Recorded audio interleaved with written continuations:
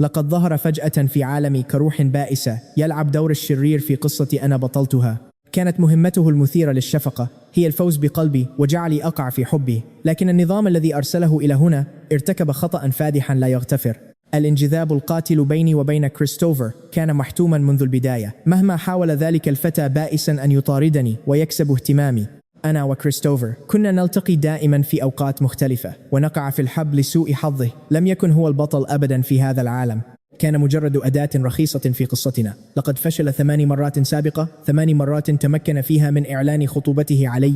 في يوم زفافنا كان كريستوفر يبكي متسائلا إن كان قلب ذلك الفتى أسود بالكامل يعشق عمته بالتبني بكل تلك الوقاحة. كنت أقول له ببرود تام إنني أريد رؤية ذلك حقا، ثم أنتزع قلبه من صدره بيدي الآن. وفي ولادته التاسعة بدا وكأنه متعب ويائس تماما من كل شيء.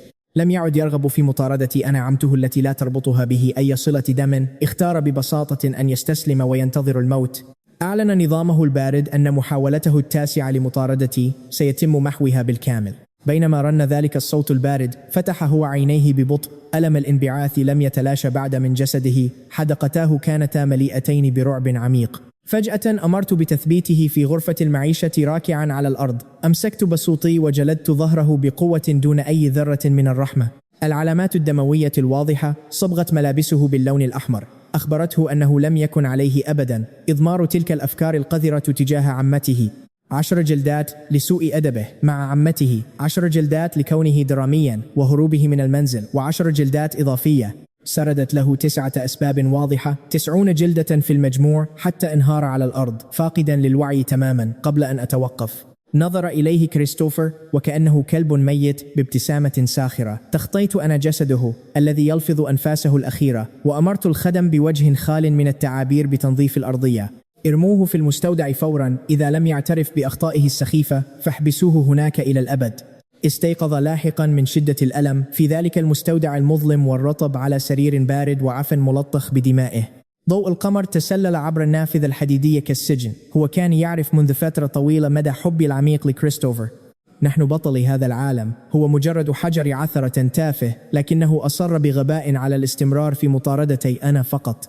ومع ذلك قمت بتعذيبه حتى الموت. 8 مرات القدر كان كيدا قاسية تخنق حنجرته حتى عجز عن التنفس. لم يعد يريد مطاردتي بعد الآن، أراد فقط الهروب من هذا الهاوية اللانهائية بأسرع ما يمكن. وفي غضون أيام استسلم للنوم مجددا. في اليوم التالي أمرت بإيقاظه بالماء المتجمد، وقبل أن يتمكن من الرد تم سحبه من المستودع وإلقاؤه بوحشية على الأرض. حدق في وجهي الجميل وعيني الباردتين المليئتين بالغضب صرخت فيه: ماذا وضعت بالضبط على تعويذة السلام؟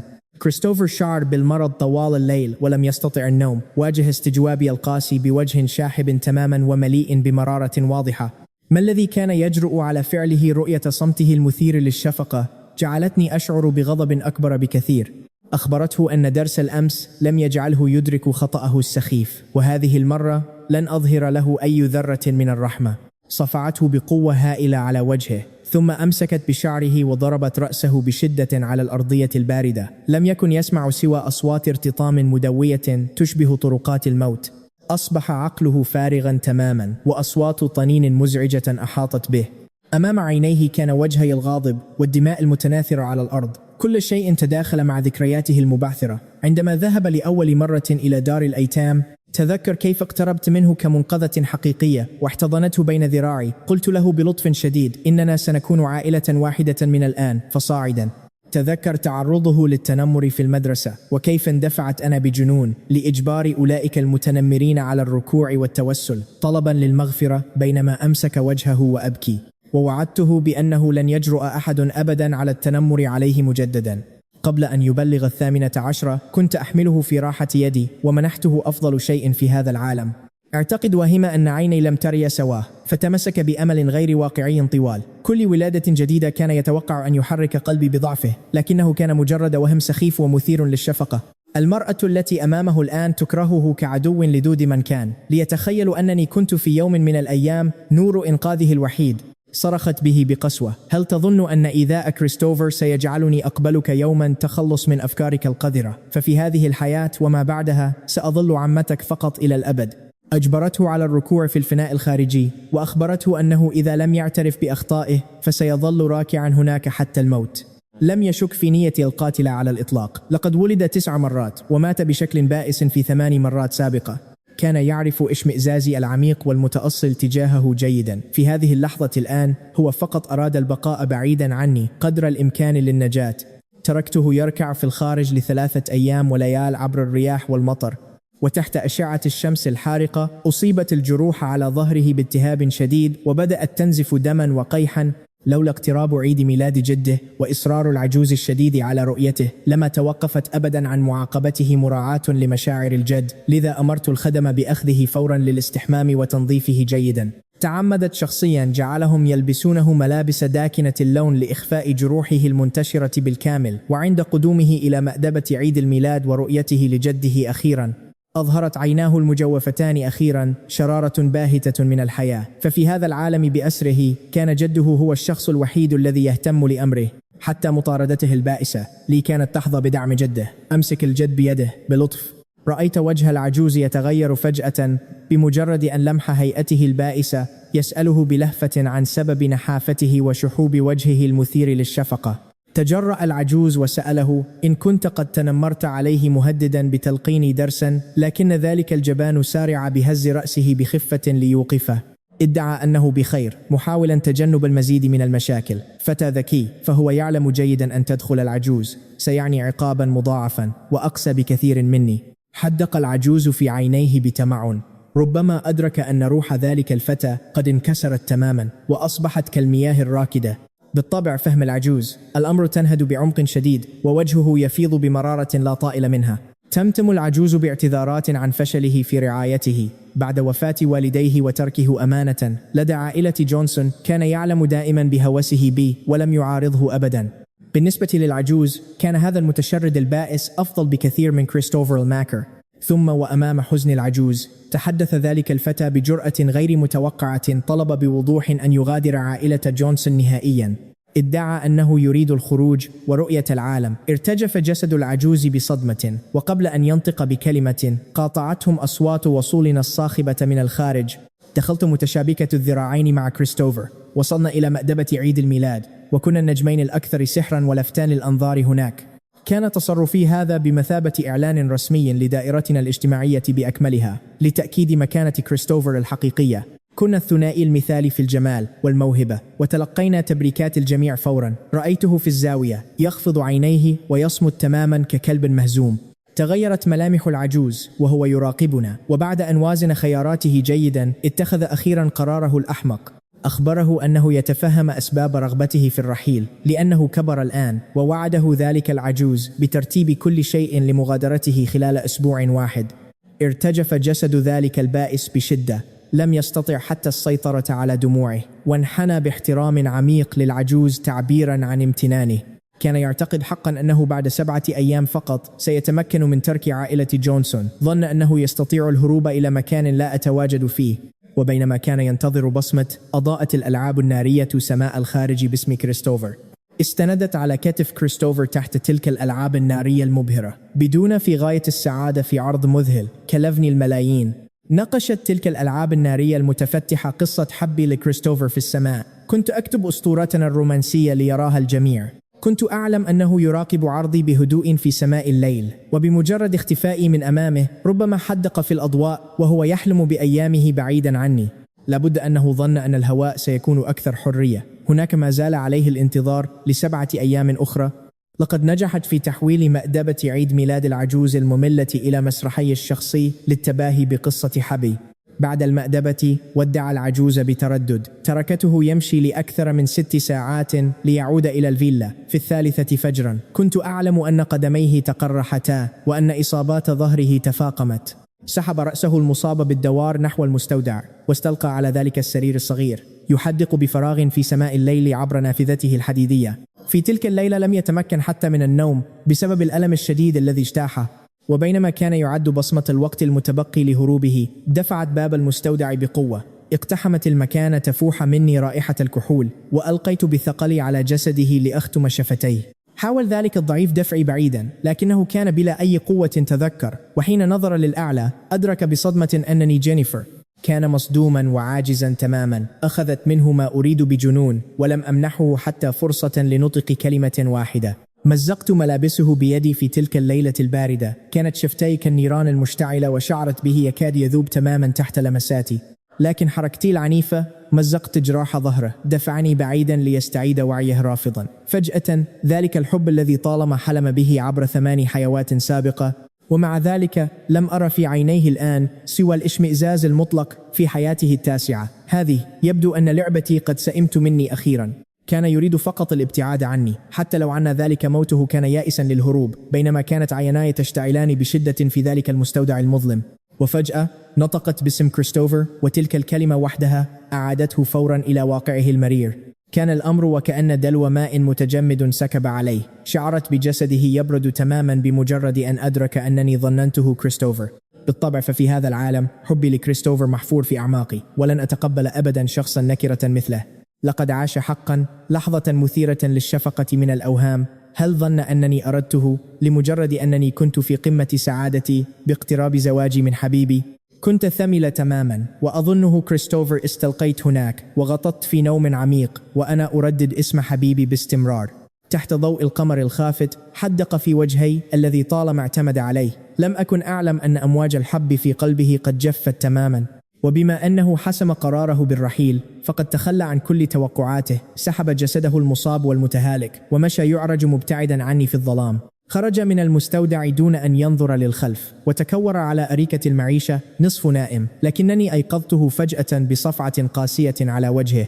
فتح عينيه ليجد وجهي يشتعل بغضب أعمى. صرخت أسأله كيف انتهى بي الأمر في غرفته، وعيناي تلتهبان بالنيران. كان يعلم أن هذه علامة على انفجاري الوشيك، فقد اعتاد أن غضبي يذيقه عذابا أسوأ من الموت، لذا سارع بتقديم أعذاره وتبريراته. استعد لتلقي ضرباتي ظنا منه أنني سأتصرف كالسابق دون تمييز، لكنني هذه المرة صمت بشكل غريب ونادر. لم ألعنه أو أعاقبه، بل ألقيت أمرا باردا: اذهب وأعد الفطور. لمحته يبتسم بمرارة قبل أن يغتسل ويجرجر نفسه نحو المطبخ. كنت حاملا، ولذلك أصدرت أوامري له بالاعتناء بي وتحضير 4 وجبات يوميا. كان هنري يتعلم كل أطباقي المفضلة فقط ليرضيني، لذا جعلته يطبخ الآن، معتقدة أنها الطريقة المثالية لإذلاله تماما وإثبات سيطرتي المطلقة عليه.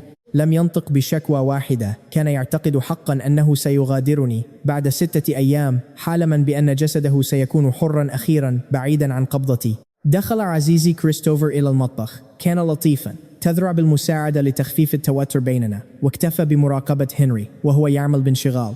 إذا ومضت نظرة شريرة في عيني كريستوفر فبالتأكيد لم ألحظها. رأيت فقط هنري يقلب وراء الحساء بهدوء، معلنا بغرور أنه سيغادر، مدعيا أنه لن يزعجنا مجددا. لم أسمع سخرية كريستوفر الباردة أو قوله إن الجميع يعلم أن هنري يعشقني حتى النخاع. كيف لهنري أن يستسلم بتلك السهولة؟ أخذ نفسا عميقا واستدار ببطء، متفوها بترهات غبية بأنني وكريستوفر ثنائي مثالي حقا.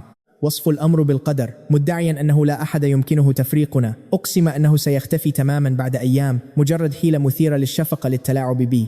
كانت تعبيرات كريستوفر غامضة وهو يختلس النظر إلي وأنا أقرأ المجلات المالية على الأريكة. كان يهتم دائما بوجودي، ومضى أثر مظلم في حدقتي. كريستوفر لم أسمعه يخبر هنري بأنه لن يصدق حتى يختفي تماما. كنت أظن أنني أسيطر على كل شيء. لم أرى كريستوفر يدفعه فجأة ويغمس يده في الحساء المغلي. سمعت فقط تلك الصرخة البائسة، بينما تغير وجه هنري دراماتيكيا لاعبا دور الضحية. ربما شعر هنري بغضب وعجز مزيفين، متسائلا عن سبب عدم ترك كريستوفر له يرحل، لكنني رأيت ذلك كخبث خالص. اعتقد أن كريستوفر يكرهه بشدة بسبب حبي، لكنني أنا من اندفعت إلى المطبخ، مقتنعة تماما بأن عزيزي كريستوفر هو الضحية. عندما رأيت حالة كريستوفر المأساوية شعرت بالهواء يتجمد من حولي، وكان هنري واقفا هناك يهز رأسه باستمرار كجبان.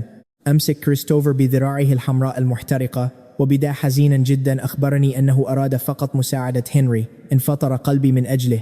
بكى قائلا إنه لم يتوقع كل هذا الاستياء. قال إنه لا يستطيع البقاء لرعايتي، وإلا سيقتل كل كلمة أججت غضبي المبرر.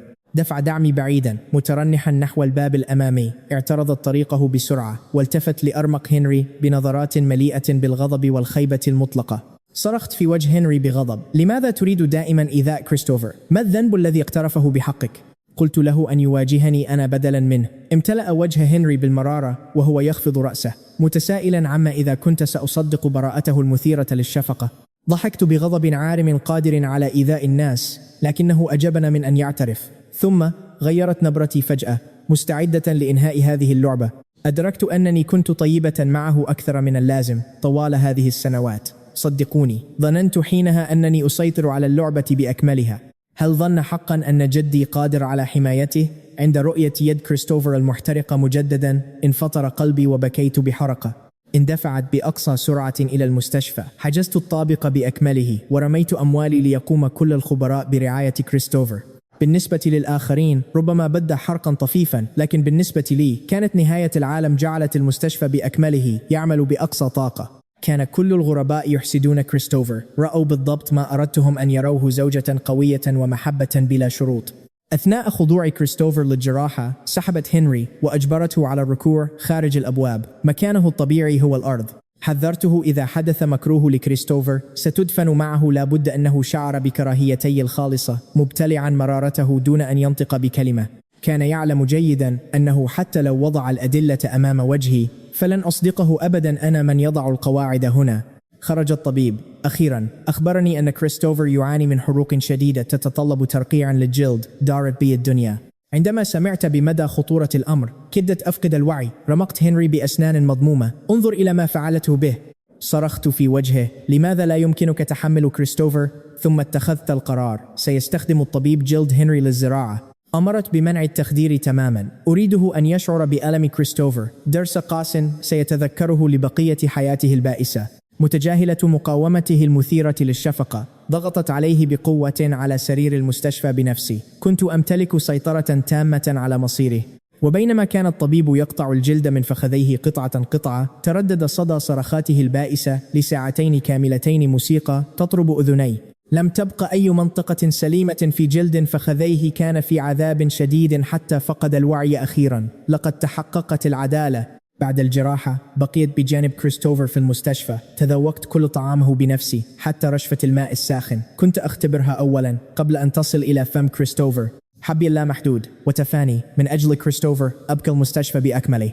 راقب الطاقم الطبي بحسد واضح قائلين: إن السيد ويلسون محظوظ جدا بالزواج من امرأة رائعة مثلي.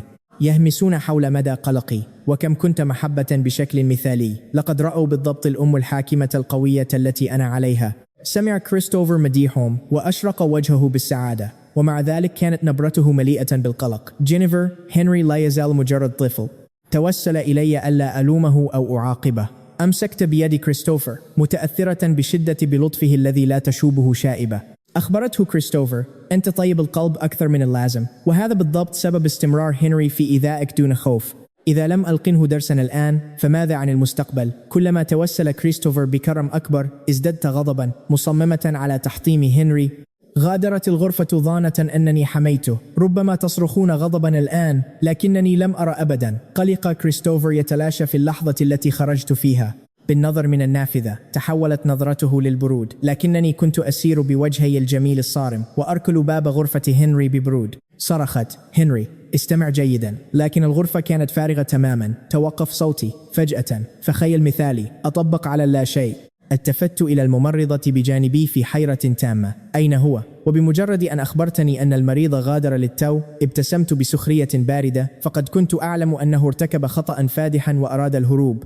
هذه المرة لن أسمح له بالنجاة بفعلته أبدا. سيستمر في الإيقاع بكريستوفر. إذا تركته كنت واثقة تماما أنه هرب لأنه يشعر بالذنب. استشطت غضبا وحشدت رجالي فورا للبحث عنه. لم أكن أعلم أنه غادر المستشفى بالفعل، يجر جسده المصاب بجروح خطيرة في الشوارع. الجروح على ظهره والجلد الممزق على فخذيه. مع كل خطوة يائسة كانت تلك الجروح تتفتح من جديد. كان يتصرف وكأنه عانى الكثير، يركض محاولا الهروب من هذا الجحيم المزعوم بأسرع ما يمكن. ربما لم يرغب في رؤيتي مجددا في عقله المختل. ظن أنه بريء وأن ما ينتظره على يدي ليس سوى موت بائس. حرارة الصيف الحارقة كانت خانقة كالموقد. أخبرني رجالي أنه كان يسير بلا هدف في الشوارع المشتعلة، تاركا آثار أقدام دموية على الأرض. غطى المار أنوفهم من الرائحة الكريهة، لكنه استمر في السير غائبا عن الوعي تماما. يبدو أنه حسم أمره فضل الموت في الخارج على البقاء معي لثانية واحدة إضافية، لكن لا أحد يهرب من عائلة جونسون. وجدنا أثره بسرعة، وأحضرت حراسي الشخصيين لأحاصره تماما على الجسر. شحب وجهه كالموت وابتسم بمرارة. هل ما زلت تعتقد أنك تستطيع الهرب؟ اقتربت منه خطوة بخطوة وعيناي تشتعلان بالغضب. صرخت في وجهي: كريستوفر لطيف جدا، بينما أنت الشرير للغاية. هل تعتقد أن إيذاءه سيجعلني أقبلك؟ أنت مقزز تماما يا هنري. لو كنت أعرف أنك هذا النوع من الوحوش لما أحضرتك من الميتم أبدا. كنت أعلم أنه يشعر بكراهيتي، وبمجرد أن نطقت بتلك الكلمات بدا وكأن سكينا طعن قلبه مباشرة. استند إلى السور، وفجأة استسلم تماما وتوقف عن المقاومة. حدق في بعمق، وكأنني المرأة التي أحبها لسنوات، بتفان أعمى لا يعرف الندم. لكنني الآن لم أكن له سوى كراهية عارمة. استطعت قراءة الهزيمة في عينيه يتساءل بمرارة لماذا. عندما قرر أخيرا التخلي عني والاستسلام للموت بهدوء، لم تتركه السماء وشأنه أبدا. بدا كرجل سحق قدره بقوة في راحة يد عملاقة، عاجزا تماما عن الهروب منها. لقد اجتاحه يأس شديد ومطلقا في تلك اللحظة. أدرك حقيقته أخيرا. الكفاح من أجل البقاء لن يجلب له سوى المزيد من المعاناة تحت سيطرتي. ثم تحدث بصوت يائس: شكرا لاعتنائك بي طوال هذه السنوات. أقولها للمرة الأخيرة، لم أوقع بكريستوفر، أريد فقط أن أتركك إلى الأبد. أمام نظراتي المرعوبة دفع نفسه عن الحافة بالفعل وقفز مباشرة من أعلى الجسر. قبل أن يسقط ربما لمح ألمي المفاجئ، ولحسن حظه سقط من الجسر واصطدم بالخيام المنصوبة في الأسفل. لم يمت، لكن إصاباته كانت خطيرة. أعدناه للمستشفى، حيث استلقى هناك يستنشق رائحة المطهرات ويحدق بفراغ في السحب البيضاء خارج النافذة. كانت عيناه جوفاء تماما وخالية من أي مشاعر كان ملقى. هناك كدمية مكسورة يتم التحكم بها. رأيت اليأس المطلق يغرقه حتى الموت. كان ترفا بعيد المنال، وبدا متعبا من كونه مجرد حجر عثرة في حياتي مع كريستوفر. ربما أراد الحرية فقط الآن، ولو ليوم واحد، لكن مشهد قفزه من ذلك الجسر استمر في التردد داخل عقلي بلا توقف. ربما ظن أن تعبيري المنكسر على ذلك الجسر كان مجرد حلم غريب. في الماضي ربما تمسك دائما بخيط رفيع من الأمل بأن مشاعره الصادقة ستؤثر في قلبي يوما ما، لكنه أدرك الحقيقة القاسية بوضوح الآن. أنا وكريستوفر ثنائي حقيقي، ولا يمكن لأي شيء أن يفرقنا أبدا. ربما اعتقد أن يوم زفافي من كريستوفر سيكون يوم وفاته. كان من الجيد أنه تخلى أخيرا عن تلك الأوهام غير الواقعية حول مستقبلنا. لم يعد قادرا على الهروب من المستشفى، بدا مخدرا تماما، ولم يعد يهتم أبدا بأي عقاب قاس كنت سأنزله به بعد ذلك. بما أنه كان سيموت على أي حال، بدا مستعدا لانتظار نهايته بهدوء تام. وعندما دخلت أخيرا إلى غرفة المستشفى ورأيت وجهه المصاب بشدة، علقت كل أسئلتي الغاضبة في حلقي وسقطت في صمت مطبق. ربما تذكرت فجأة تلك الأيام عندما كان في حالة غيبوبة تامة. تذكرت تلك اللحظات الدافئة النادرة عندما كنا نرافق بعضنا البعض، ثم عاد مشهد قفزه المرعب من الجسر ليضرب مخيلتي بقوة. بدلا من الاستجواب الغاضب واليائس الذي خططت له، نظرت إليه وقلت فقط: تعافى جيدا من إصاباتك. ثم استدرت ببساطة وغادرت بدا مذهولا تماما، ربما لأنه توقع مواجهة عقابي القاسي كالمعتاد بدلا من هذا الصمت الغريب. لا بد أنه تخيل طرقا لا حصر لها للموت على يدي، لكنه لم يتوقع أبدا أن أدير ظهري وأغادر هكذا ببساطة. لم أفكر بعمق في مصيره حينها، فالبقاء حي الآن يعني الموت. لاحقا عدت للغرفة المجاورة، حيث استقبلني كريستوفر بنظرة شغوفة، مما جعل تعابيري محرجة قليلا. أخبرته أن هنري مصابا بجروح خطيرة. إنه شاب ومن المؤكد أنه سيرتكب الأخطاء. دعنا ننسى الأمر. أظلم وجه كريستوفر قليلا، مدفوعا برغبة غير واعية في إثارة المزيد من المشاكل، لكنه لاحظ تعابير وجهي غير الصبورة واختار البقاء صامتا. لقد أظهر على الفور جانبه اللطيف والمراعي. قال بهدوء: جينيفر، أنت لم تفعلي شيئا خاطئا. هنري يسيء فهمي فقط. طالما نعامله بلطف سنتمكن في النهاية من تحريك قلبه. لقد تأثرت بشدة بن بوليه، همست له كريستوفر. أنا أحبك، سأحبك دائما وإلى الأبد. ربت كريستوفر بلطف على ظهري وبنبرة حنونة أخبرني أنه يحبني أيضا. لم أكن أعلم أن عينيه كانتا تشتعلان بغيرة جنونية ومرعبة. لابد أنه أدرك أنني لنت تجاه هنري وكريستوفر. إنه لن يسمح لأي شخص بسرقة حبي له على الإطلاق، ولن يترك حتى أدنى احتمال لذلك. اهتمامي الزائد بهنري جعل كريستوفر يشعر بتهديد كبير وأزمة حقيقية. لم يستطع كريستوفر ترك الأمور تتطور. هكذا كان عليه إيجاد طريقة للتخلص من هنري لليومين القادمين. بجانب مرافقتي لكريستوفر كنت أزور هنري في الغرفة المجاورة، وكريستوفر لم يظهر أي غيرة أبدا، بل ذهب للبحث عن هنري بنفسه. كان هنري يعلم بنفاق كريستوفر وأغمض عينيه مستسلما، معتقدا أنني أسيطر على كل شيء. أردت الانفجار غضبا في وجهه عدة مرات، لكن رؤية جسده المليء بالندوب جعلتني أتراجع. في يوم خروجه سمحت له بالركوب معي في سيارتي. لم يجرؤ على الرفض، وركب سيارة المايباخ بطاعتي مراقبا الطريق من النافذة. ربما كان يظن أن لديه يومين فقط قبل أن يتمكن من الهرب بعيدا. لم يكن يعلم متى سأتزوج. أنا وكريستوفر كان كل ما يهمه هو البقاء على قيد الحياة بعد رحيله. لعب دوره ببراعة. عند العودة للفيلا أمرت بتجهيز غرفة الضيوف خصيصا له، وطلبت منه الانتقال إليها، ولم يجرؤ على الرفض. كان يعلم أن إغضابي في هذا الوقت ليس ذكيا، فهذا لن يؤدي إلا لزيادة معاناته البائسة. في تلك الليلة استلقى على السرير يراقب النجوم شاردا، وآثار الصوت التي تركتها على ظهره لا تزال واضحة تماما. جروحه ذكرته بأنه لم يهرب من جحيمي بعد كل لحظة. كانت عذابا بالنسبة له، ولم يصله أي خبر من جده. لم يكن أمامه سوى التحمل. دخلت غرفته بهدوء تام، ووقفت أراقب حالته المنكسرة بصمت في ذلك الضوء الخافت. حدق في وجهي وكأنه حيوان محاصر. بدت عيناه وكأنها تعود إلى ذكريات الماضي.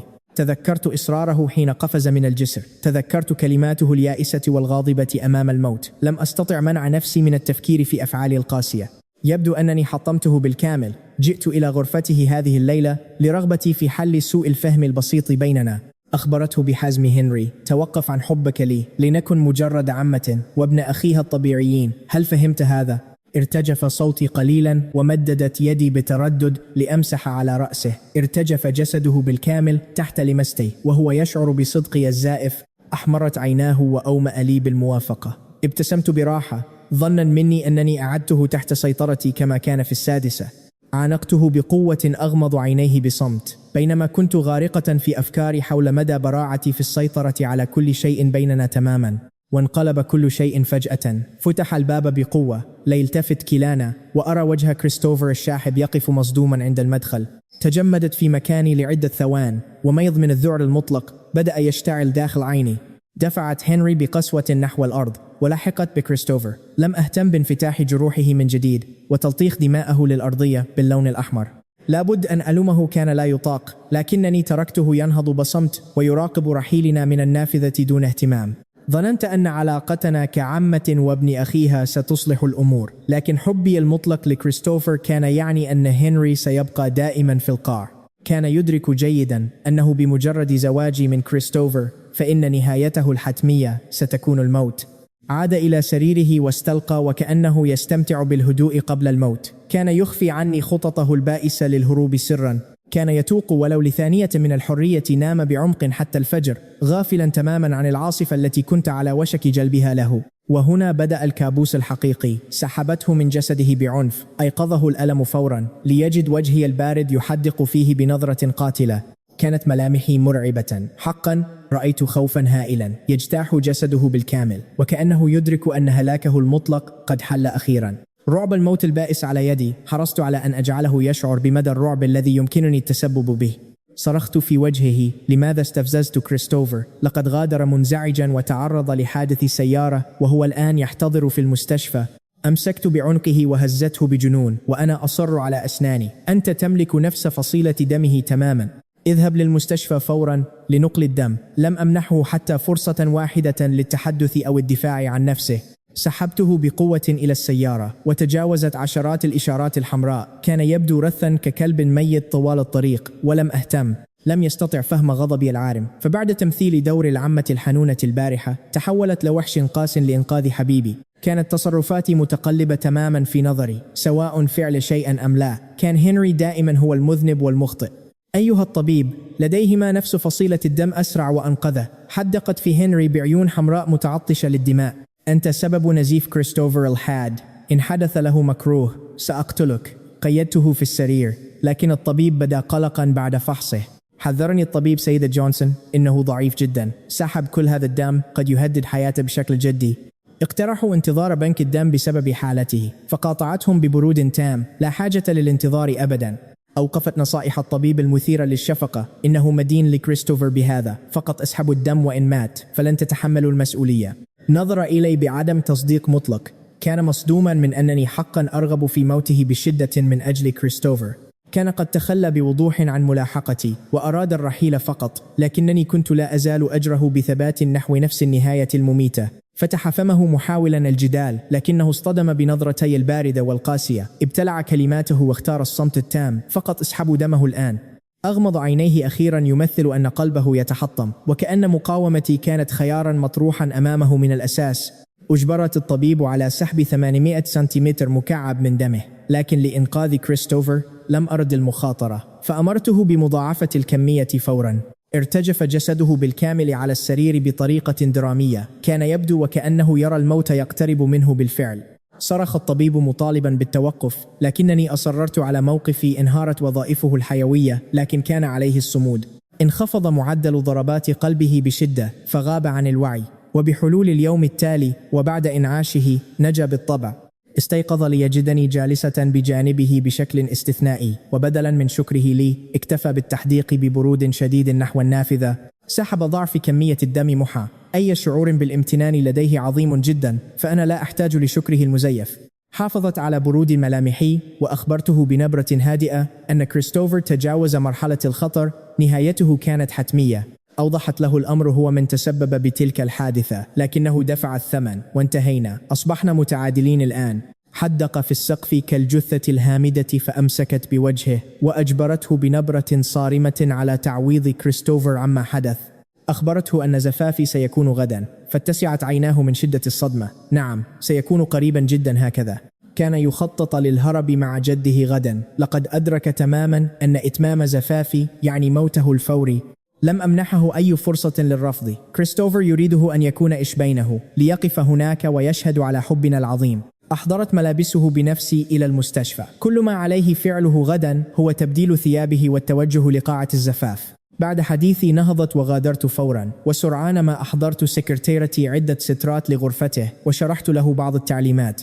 تجاهل كل شيء من حوله، بينما اشتعل الرفض القاطع داخل قلبه. حينها اتصل جده ليخبره بترتيب كل شيء لرحيله. غدا أمسك هاتفه بقوة وغرق في صمت مطبق. أدرك أن الطائرة قد لا تقلع وسيموت قبل انتهاء الزفاف، لكن تذكره للألم الذي تحمله طوال حيواته التسع غير كل شيء. أصبحت نظراته أكثر إصرارا، وبحلول اليوم التالي كان كل شيء جاهزا بالفعل. اتصلت به وحذرته من إثارة المشاكل في الزفاف، وإلا سأجعله يختفي من الوجود إلى الأبد. أجابني بهدوء غير متوقع طالبا مني ألا أقلق. صمت للحظة، فقد شعرت أن شيئا ما قد تغير. أمرته بالإسراع ليفهم موقفه جيدا، ولم أفكر كثيرا، بل أغلقت الخط لأركز على زفافي مع كريستوفر. قمت بتخفيف الحراسة في المستشفى عمدا، فقط لمنعه من التسلل للزفاف وإثارة المشاكل هناك. غادر المستشفى بسهولة وركب السيارة التي رتبها جده، مطالبا السائق بالإسراع. ظل يستعجل السائق طوال الطريق. كان المطار أمامه، والسماء الواسعة تفتح ذراعيها لهروبه. استرخى تماما لرؤيته. الحرية قريبة، وكأنه شعر باقتراب موته. فرمق المكان الذي يقام فيه زفافي بنظرة أخيرة.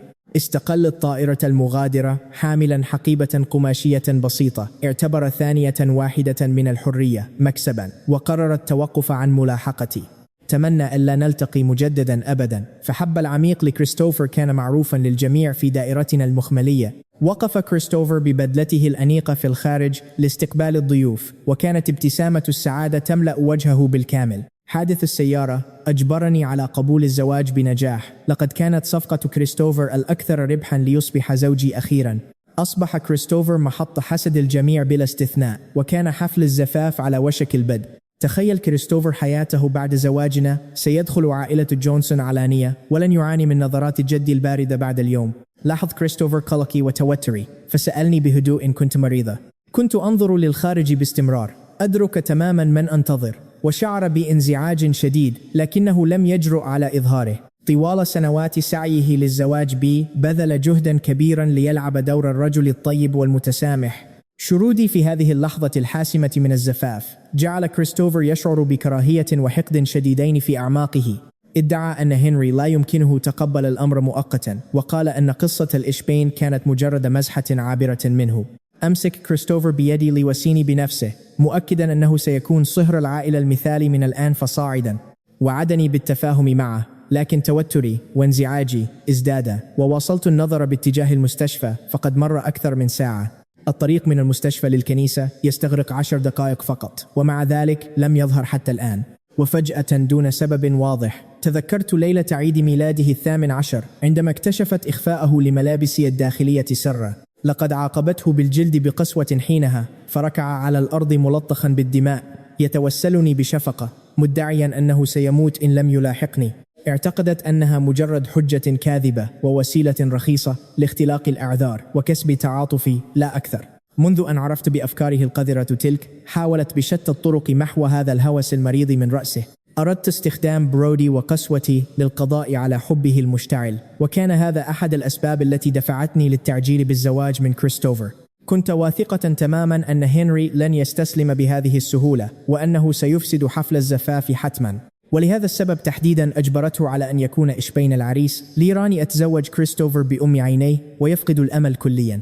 لقد خصصت حراسة مشددة للغاية من أجل هذا اليوم، فقط لمنعه من إثارة أي مشاكل. لكن الوقت مر ببطء ولم يظهر أبدا. ظننت في البداية أن هذا الأمر سيجعلني في غاية السعادة. اعتقدت أنه أدرك موقفه أخيرا، لكنني لم أشعر بأي فرحة، ولم أستطع حتى رسم ابتسامة مزيفة أمام كريستوفر. أرسلت شخصا بسرعة إلى المستشفى للاطمئنان عليه كيف يجرؤ على الاختباء هكذا أثناء حفل زفافي. اتصلت بمساعدتي على وجه السرعة، وطلبت منها إحضار هنري فورا، وإلا سيطرد من عائلة جونسون إلى الأبد. كنت متأكدة تماما أن هذا التهديد الحاسم سيرغمه على الرضوخ، فتلقت مساعدتي الأمر وانطلقت لتنفيذه فورا. لاحظ كريستوفر مدى اهتمامي بهنري حتى الآن. في تلك اللحظة بالذات اشتعلت غيرته بشدة، وامتلأت نظراته بحقد واضح. أخبرني كريستوفر أن اليوم هو يومنا الأهم، وأن جميع كبار الضيوف بانتظارنا، ويجب أن ندخل القاعة أولا، وإلا فلن نتمكن من تبرير تأخرنا. بدا عليه الاستياء الشديد. أردت الرفض، لكن رؤية ملامحه الحزينة أضعفتني. أومأت برأسي إيجابا، ودخلنا معا إلى الكنيسة. تعالت هتافات التصفيق من الحضور، وبدأ أن مراسم الزفاف تسير بسلاسة تامة. كان كريستوفر متحمسا لدرجة أن وجهه تحول إلى اللون الأحمر. نظر إلي بعيون تفيض بمشاعر حب عميقة، بينما كنت أنا أبتسم ببرود وعقلي في حالة فوضى عارمة. فقد بدا لي كل شيء حولي مزعجا وصاخبا، وما زالت مساعدتي لم تنقل لي أي أخبار عن هنري. عندما سأل القس كريستوفر عما إذا كان يقبل بي زوجة له ليعيشا معا طوال العمر دون فراق، أومأ كريستوفر بلا تردد. لكن عندما وجه القس نفس السؤال لي، وقفت هناك واخترت الصمت التام. ترقب الضيوف، إجابتي بفارغ الصبر. وحين لاحظ كريستوفر شرودي الذهني، سيطر عليه القلق الشديد، وبدأ التوتر ينهش قلبه. لم يتمالك نفسه من حثي على الإجابة، خائفا من أن فشل الزفاف سيجعله أضحوكة بين معارفنا الأثرياء، همس بأن العواقب ستكون كارثية. وقفت مترددة تماما أمام نظرات كريستوفر اليائسة والمتوسلة. أردت الموافقة بشدة، لكن لسبب ما ظل وجه هنري اليائس والفارغ يطارد مخيلتي دون توقف. تذكرت كلماته حين هددني بأنه سيموت. إن تزوجت كريستوفر. أغلقت قبضتي بقوة، ونظرت مرة أخيرة نحو مدخل الكنيسة، بينما كانت ملامحي تتخبط بوضوح شديد تحت أنظار نخبة المدينة بالكامل. وأمام توسلات حبيبي، كنت أعلم يقينا أنني يجب أن أقول أقبل لينهي الأمر، لكن هذه الكلمة البسيطة رفضت الخروج. شعرت وكأن قوة خفية تطبق على فمي وتمنعني من التحدث. تخيلوا الموقف هنا. بعد دقائق من الصراع الداخلي، قررت أخيرا أن أكون صادقة مع مشاعري، ورمقت كريستوفر بنظرة اعتذار. أعلنت بصوت مسموع أن الزفاف قد تأجل، تاركة جميع الضيوف في حالة من الصدمة والذهول. لم أهتم لأي شيء آخر. وتوجهت مباشرة نحو الكواليس، بينما شد كريستوفر قبضتيه واشتعل وجهه بالغضب الشديد. اجتاحه استياء عميق ومؤلم، ففي اللحظة الحاسمة كانت تفصله كلمة واحدة فقط ليصبح زوجي بشكل رسمي وأمام الجميع. لماذا التأجيل؟ فقد كريستوفر سيطرته على غضبه تماما وأمسك بذراعي بقوة. صرخ بوجهي قائلا: هل تدركين ما تفعلينه؟ زفافنا لا علاقة له بهنري، لقد هرب عمدا ليدمر هذا الحفل. ألم نتوقع هذا مسبقا؟ أتوسل إليك، دعينا ننهي مراسم الزفاف أولا ثم نبحث عنه لاحقا. سأركع وأعتذر له إن لزم الأمر. نظرت إلى الرجل أمامي وشعرت بذنب كبير يثقل كاهلي. أخبرته بهدوء أننا أعددنا هذا الزفاف على عجل، وبعد فترة من الزمن سنقيم واحدا أضخم ب10 مرات. حسنا، فهنري لا يزال مجرد طفل بشخصيته المتطرفة. لقد وعدت والديه بأنني سأعتني به جيدا، ولا يمكنني أبدا أن أسمح بحدوث أي مكروه له الآن. كان سبب تعجيلي للزفاف إلى جانب منح حبيبي إجابة سريعة هو أملي في قطع هوس هنري المرضي بي نهائيا، لكنه قفز من ذلك الجسر دون أدنى تردد. تلك الملامح اليائسة في مواجهة الموت ظلت عالقة في ذهني. كلما تذكرت الأمر شعرت بثقل في قلبي. كان لدي إحساس مبهم بأنه بمجرد إتمام الزفاف ستحدث كارثة حقيقية بالتأكيد. صرخ متسائلا: هل ستتخلين حقا عن سنوات حبنا من أجل ذلك الوغد هنري؟ حين رآني مصممة على التأجيل انفجر كريستوفر غضبا وتلوى وجهه بقسوة وهو يصرخ: من يظن نفسه أصلا؟ مجرد شخص نكرة وعديم القيمة تبنته عائلة جونسون، بأي حق يجرؤ على إفساد حفل زفافي؟ إن كان حقا شجاعا فلا يمت في الخارج ولا يعد إلى هنا أبدا. ارتجف جسدي بالكامل ونظرت إلى كريستوفر بصدمة وعدم تصديق. لطالما اعتقدت دائما أن كريستوفر كان رجلا أنيقا ومهذبا للغاية، لكن مظهره الحالي بدأ أكثر رعبا وتوحش بكثير من هنري حتى في أسوأ حالاته المتطرفة. أدرك كريستوفر فورا خطأ كلماته فأمسك بيدي وبدأ يتوسل إلي بيأس شديد. تراجع قائلا إنه كان مندفعا جدا ولم يكن يجدر به قول ذلك، لكن هنري أصبح رجلا بالغا. كنت واثقة أن هنري سيكون بخير، لكن رد فعل كريستوفر خيب أملي تماما، وبإصرار أكبر على تأجيل الزفاف استدرت وغادرت ببساطة. وقف كريستوفر هناك مذهولا تماما وهو يتوعد هنري بالانتظار. كان بإمكاني الشعور بنية القتل القوية التي تملأ قلبه ورغبته الشديدة في تمزيق هنري إلى أشلاء، لكنني لم أهتم به إطلاقا، بل خرجت من الكنيسة وأسرعت نحو المستشفى بأقصى سرعة ممكنة. بمجرد أن علمت بخروجه من المستشفى توجهت مباشرة إلى الفيلا دون أن أضيع ثانية واحدة أبدا.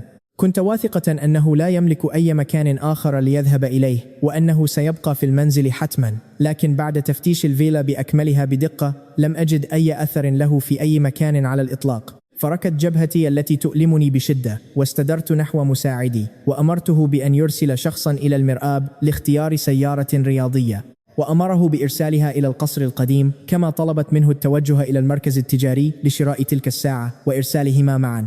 في اعتقادي المطلق إذا لم يكن في الفيلا فلا بد أنه يختبئ في القصر القديم، لكن سرعان ما عاد مساعدي للاتصال بي ليخبرني بالصدمة. أخبرني أن السيد الشاب ليس في القصر بل ذهب إلى المطار لحظتها. تحولت ملامحي إلى صدمة وبدأ عالمي المثالي بالانهيار. وقفت من مكاني بحدة غاضبة. ماذا يفعل في المطار بحق الجحيم؟ أمرتهم بإرسال رجال لإعادته فورا. يبدو أن أجنحته قد نمت وأصبح متمردا يلعب معي لعبة الهروب السخيفة. كنت غاضبة بشدة ومقتنعة تماما بأنه مجرد تمرد طفولي، وبصراحة لولا قلقي الشديد من انهيار جسده الضعيف وعدم قدرته على التحمل لكنت استخدمت الصوت لتأديبه حتما. بينما ابتسم مساعدي بمرارة شديدة أخبرني أنهم تحققوا من الأمر وأن طائرة هنري أقلعت قبل ساعتين بالفعل، لكنهم لا يعرفون أبدا أين ذهب أو وجهته. يبدو أن شخصا ما تعمد إخفاء مسار مغادرته. ضربتني كلماته كالصاعقة المدمرة واجتاح غضب عارم لا يمكن السيطرة عليه. نظراتي لقد تمرد بالفعل وتجرأ حقا على الابتعاد عني. اجتاح ذعر بارد أعماق قلبي، كما لو أن الأمور بدأت تخرج عن سيطرتي.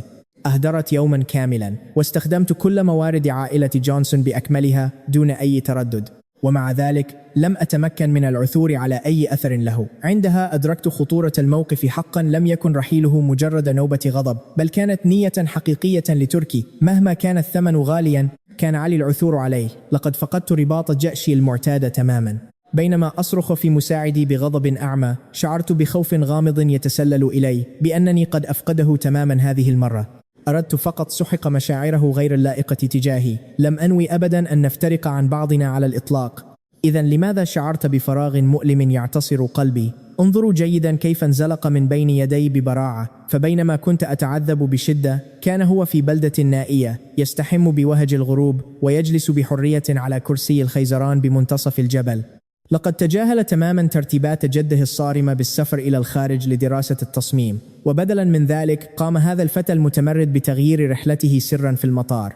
هبط في تلك البلدة النائية والمنسية تماما منذ لحظة صعوده للطائرة وحتى وصوله إلى تلك البلدة. كان يتنفس الهواء الحر ويستعد فعليا لمواجهة الموت. لقد اعتقد بصدق أنه بمجرد زواجي من كريستوفر في هذا العالم فإنه سيتلاشى كالدخان ببساطة، لكن الموت الذي انتظره ليومين كاملين لم يأتي أبدا، وبدلا من ذلك نجا بحياته واختبأ في تلك البلدة الصغيرة. كان يرغب دائما في الذهاب لمكان تعصف فيه الرياح ليجلس على قمة جبل يراقب غروب الشمس ويقضي ما تبقى من حياته البائسة هناك. لا حب، لا كراهية، فقط الرياح. لم يكن يعلم أنني أجلت الزفاف، لكن بالنسبة له لم يعد الأمر مهما. في عقله اعتبرني أنا وكريستوفر الثنائي الرئيسي الذي سيتجاوز كل شيء ليتحد في النهاية، وحينها فقط اعتقد أن وقت موته سيحين أخيرا. أراد فقط تذوق طعم الحرية العابر قبل موته المزعوم، وقبل أن يهرب مني أخذ البطاقة المصرفية الممتلئة التي أعطاها له جده. كانت تحتوي على أموال تكفيه لمدى الحياة، مما حرره تماما من القلق بشأن كسب لقمة العيش بمفرده بعيدا عن نفوذي. لقد تتبع فريق رسم إلى تلك البلدة مجموعة من طلاب الفنون السذج، أراهن أنه ظل يحدق في وجوههم الشابة والمبتهجة الخالية من أي هموم.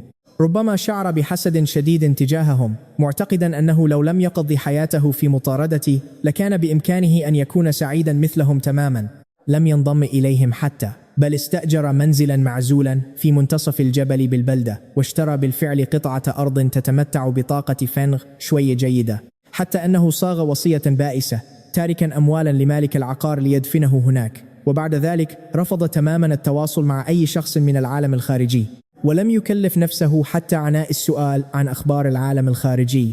كان يجلس على كرسي الخيزران كل يوم في منتصف الجبل يراقب المناظر بصمت، وكأنه يحاول بشدة تعويض أكثر من 10 سنوات من الندم القاسي، 9 حيوات كاملة عاشها في الظل، مقررا أنه في هذه المرة الأخيرة سيعيش لنفسه فقط. مر نصف شهر بطيء ليكتشف أن الموت لم يطرق بابه كما كان يتوقع، وبدلا من ذلك ازداد ارتباطه بهذا العالم، بينما لا يزال يعتقد أنني وكريستوفر ثنائي طبيعي ومن المستحيل أن نفترق أبدا. إذن لماذا لم يمت؟ هو الذي تقبل الموت بسلام. بدأ يشعر تدريجيا بمزيد من التعلق والتردد في ترك هذه الحياة. عاد قلبه الميت والبارد إلى الحياة في ذلك المنزل المشرق بمنتصف الجبل، وبدأت غريزة البقاء الضعيفة تظهر وتنبض بداخله من جديد. مرت 3 أيام أخرى كان يستعد بقلق لمواجهة الموت، بينما أصبحت أنا كابوسه المرعب. حتى هروبه من الفيلا لم يكن كافيا للتخلص من ظلي الذي يلاحقه في منتصف الجبل. وبعد توقف المطر عانى وتحمل ليالي طويلة من الكوابيس المروعة التي تطارده. وبعد أن تقبل مصيره بهدوء أدرك أن الاستمرار على هذا النحو مجرد مضيعة للوقت، وقرر أنه حتى لو مات في الثانية التالية فيجب أن يكون حرا طليقا. لذا وبدلا من الاكتفاء بالجلوس هناك لتلفحه رياح الفجر الباردة على جانب الجبل العالي، بدأ يذهب لمشاهدة طلاب الجامعة وهم يرسمون، ولا يعود إلى منزله وفنائه الصغير الهادئ إلا عندما يحل المساء بظلاله الداكنة. راقبته وهو يكتشف جيرانه الجدد، ومن فوق السور القصير كان يراقب فتاة طويلة تتأرجح. كانت تملك هالة تبعد الغرباء. لاحظت وجوده لكنها تجاهلته تماما، وكأن الغروب أكثر إثارة لاهتمامها. من الواضح أنه لم يبال بالأمر كثيرا. تصرف كشخص ينتظر الموت بلا أي توقعات. اشترى لوحة وألوانه وبدأ يرسم عالمه البائس بأناقة. مرت أيامه هكذا ببطء، وفي كل مرة يخرج ليرسم كان يراقب الفتاة على الأرجوحة في الفناء المجاور. كانت الفتاة منعزلة تماما، لذا لم يجرؤ على إزعاجها أبدا. ربما شعر بهلته الرافضة للعالم تتجسد فيها، وتساءل في نفسه عما مرت به قبل مجيئها لهذه البلدة. ولكن بمجرد أن راودته الفكرة رأيته يبتسم بسخرية مريرة من نفسه. وكأن له الحق في التدخل. ثم في يوم مشمس التقط لوحته ليخرج للرسم أسفل الجبل، وفي اللحظة التي فتح فيها الباب ضربته رياح جليدية. كنت أقف أمامه وعيناي تطلقان نيرانا مستعرة من الغضب. اختفت السماء الصافية بمجرد ظهوري. رأيت قلبه يسقط بثقل، وتحول مشهده الملون الصغير إلى جحيم مرعب. كنت كابوسه الأعظم. شحب وجهه وتراجع غريزيا بعيون مرعوبة، وكأنني قتلته بيدي 8 مرات في حيوات سابقة. يا لها من صدمة نفسية يدعيها. رمقته بحدة وصارخت: هل تسببت بما يكفي من المشاكل؟ لقد بذلت جهدا هائلا حتى تمكنت أخيرا من تعقب مكان اختبائه البائس. تركت كل شيء لأسرع إلى هذه البلدة. ظننت أن استياءه الطفولي سيختفي تماما بمجرد رؤيته لي. توقعت أن يغمره الفرح كالسابق، لكن ملامحه، الرعب والإشمئزاز الخالص في عينيه، طعن قلبي بعمق شديد. أظلم وجهي في لحظتها. اشتعل الغضب بداخلي، وصفعته بقسوة وعنف على وجهه. أخبرته أنني ما زلت لطيفة معه جدا، لكن نظرته لي كانت كمن يتذكر موته البائس على يدي 8 مرات. تصاعدت كراهيته الدفينة فجأة بدة، وكأنه يعيش حياته التاسعة ولم يعد لديه ما يخسره على الإطلاق سوى الموت. لمعت عيناه بتصميم جنوني. راقبوا جيدا، لقد أمسك بمعصمي فعلا ودفعني جانبا بقوة. كدت أسقط. صرخت بغضب عارم كيف تجرؤ على مقاومتي، وبدا وكأنه يريد الضحك بسخرية عند سماع ذلك. بدا منفصلا تماما عن الواقع، وكأنه تخلى عن كل أمل به، وأدرك أن رابطتنا كانت مجرد وهم. مقتنعا بأن وجودي يعني موته المحتوم، قرر القتال بشراسة ضدي. أخذ نفسا عميقا وثقيلا. متجاهلا نظراتي القاتلة، كانت نبرته تقطر بالسخرية المريرة من نفسه وهو يتحدث إلي. سألني إن كنت أتذكر وعدي عند بوابة الميتم. ارتجف جسدي بالكامل، وأصبحت نظراتي متهربة بشكل واضح. بعد حادث والديه رمي هناك أنا منجلبت إلى المنزل رغم المعارضة الشرسة من عائلتي بأكملها. في ذلك المساء المغمور بشمس الغروب الذهبية، تذكرت كيف مسحت على رأسه الصغير، ووجهي يعرض ابتسامة لطيفة جدا. كن مطيعا يا هنري، أخبرته حينها. أنا عائلتك الآن، ولن أسمح بأن يصيبك أي مكروه أبدا. لقد وفيت بوعدي الأصلي. فعلا اعتنيت به جيدا، ومنحته كل حبي واهتمامي بلا أي تردد. لكن لا أعرف متى تغير الصبي الذي كان يبكي بحضني تحول لوحش مثير للإشمئزاز، يتصرف وكأن كل ما أفعله خاطئ. السخرية المريرة على وجهه، وتلك النظرة الميتة في عينيه، اخترقت قلبي تماما كإبرة حادة ومؤلمة. ارتجفت شفتاي ولينت نبرتي. عدل المنزل يا هنري، لقد أجلت زفافي مع كريستوفر من أجلك فقط. توقف عن إثارة المشاكل. توسلته، لكنه هز رأسه فقط بملامح باردة وميتة وهو يناديني بعمتي. رمى كلماتي في وجهي مدعيا أنني وصفته بالمقزز، واتهمته بأفكار قذرة، وأمرته بالابتعاد عني قدر الإمكان. قال إنه اختار الرحيل ولن يزعجني أنا وكريستوفر مجددا، وتجرأ على سؤالي لماذا أعتبره يثير المشاكل. سخر من رابطتنا متسائلا أي عمة في هذا العالم قد تفعل ما فعلته أنا بابن أخيها. تجلده كحيوان ملطخ بالدماء، تجبره على الركوع ل3 ليال، متجاهلة جسده المنهار لمجرد سحب دمه بالقوة. صرخ مطالبا: من سيقدر عمة كهذه؟ ورفض رفضا قاطعا العودة إلى المنزل معي مرة أخرى أبدا. أقسم أن الموت هنا أفضل بمليون مرة من البقاء في فيلتي. تخيلوا مدى وقاحته وجنونه معي. قطعت كلمات جسدي كمقص حاد. حدقت بعينين واسعتين، وعدم تصديق مطلق يكسو وجهي. ماذا كنت أرى في عينيه؟ كراهية عميقة ومتعفنة تزهر من مجار مظلمة. سألت نفسي: هل أخطأت بحقه؟ لقد ربيته طوال هذه السنوات. استثمرت الكثير من الوقت والعاطفة، وكانت هذه مكافأتي. ضحكت بغضب خالص، وعيناي تشتعلان بغضب عارم ومخيف. لم أتوقع أبدا أن تكون مقاومته بهذه الشراسة. شعرت وكأنني صفعت بقسوة شديدة على وجهي. أنا أسيطر على عالم الأعمال، وأحصل دائما على ما أريد. لم أستطع تقبل هذا أبدا، مما ولد غضبا جنونيا بداخلي. لقد أجلت زفافي مع كريستوفر من أجله فقط، مما جعلني أضحوك كاملة في دائرتنا الاجتماعية. تركت كل شيء للبحث عنه، متوقعة أنه سيتبعني إلى المنزل مطيعا كعادته. لكن صمته ضرب قلبي بقوة. قلت له: هذه آخر مرة. عد معي، يمكنني التظاهر بعدم رؤية حماقاتك السابقة. إذا واصلت نوبات غضبك هذه فلن أتسامح أبدا. كتمت غضبي وحدقت في عينيه محذرة إياه بكلمات قاطعة. لم يجب، اكتفى بمراقبة غروب الشمس بهدوء، وكأن حياته تتلاشى نحو الموت تدريجيا سواء عاد معي أم لم يعد. حدق بي وكأنني مجرمة. حكمت عليه بالموت البائس ل8 حيوات متتالية. نظر إلي مرة أخرى بلا حب، بلا أي تعلق قديم. لن أعود معك حتى لو مت هنا، إجابته. أثارت غضبي بنجاح. تشوهت ملامحي وكانت عيناي تطلقان شررا. ماذا قلت؟ رفعت يدي لأصفع وجهه، لكن في اللحظة التي التقت فيها أعيننا تبخر كل غضبي. رأيت في عينيه يأسا لا يخشى الموت وتحررا غريبا. غضبي اصطدم بحائط مسدود. يبدو أنني كنت متساهلة جدا معك، مما جعلك متهورا. بما أن الأمر كذلك فلنتعلم بعض الآداب. إذن استدرت ومشيت للخارج. انتهى الأمر. اندفع حراسي الشخصيون للداخل وسيطروا عليه بالقوة فورا. لم يقاوم أبدا. ربما أدرك أن المقاومة عقيمة فاكتفى بالنظر إلى الفناء، مفكرا في لوحة غير مكتملة وعيناه مليئتان بالندم.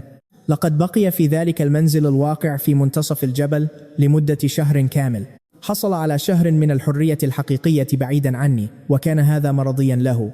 أثناء اقتياده لم يسعه إلا اختلاس النظر للفناء المجاور. كانت هناك فتاة هادئة تحب الأرجوحة تراقبه.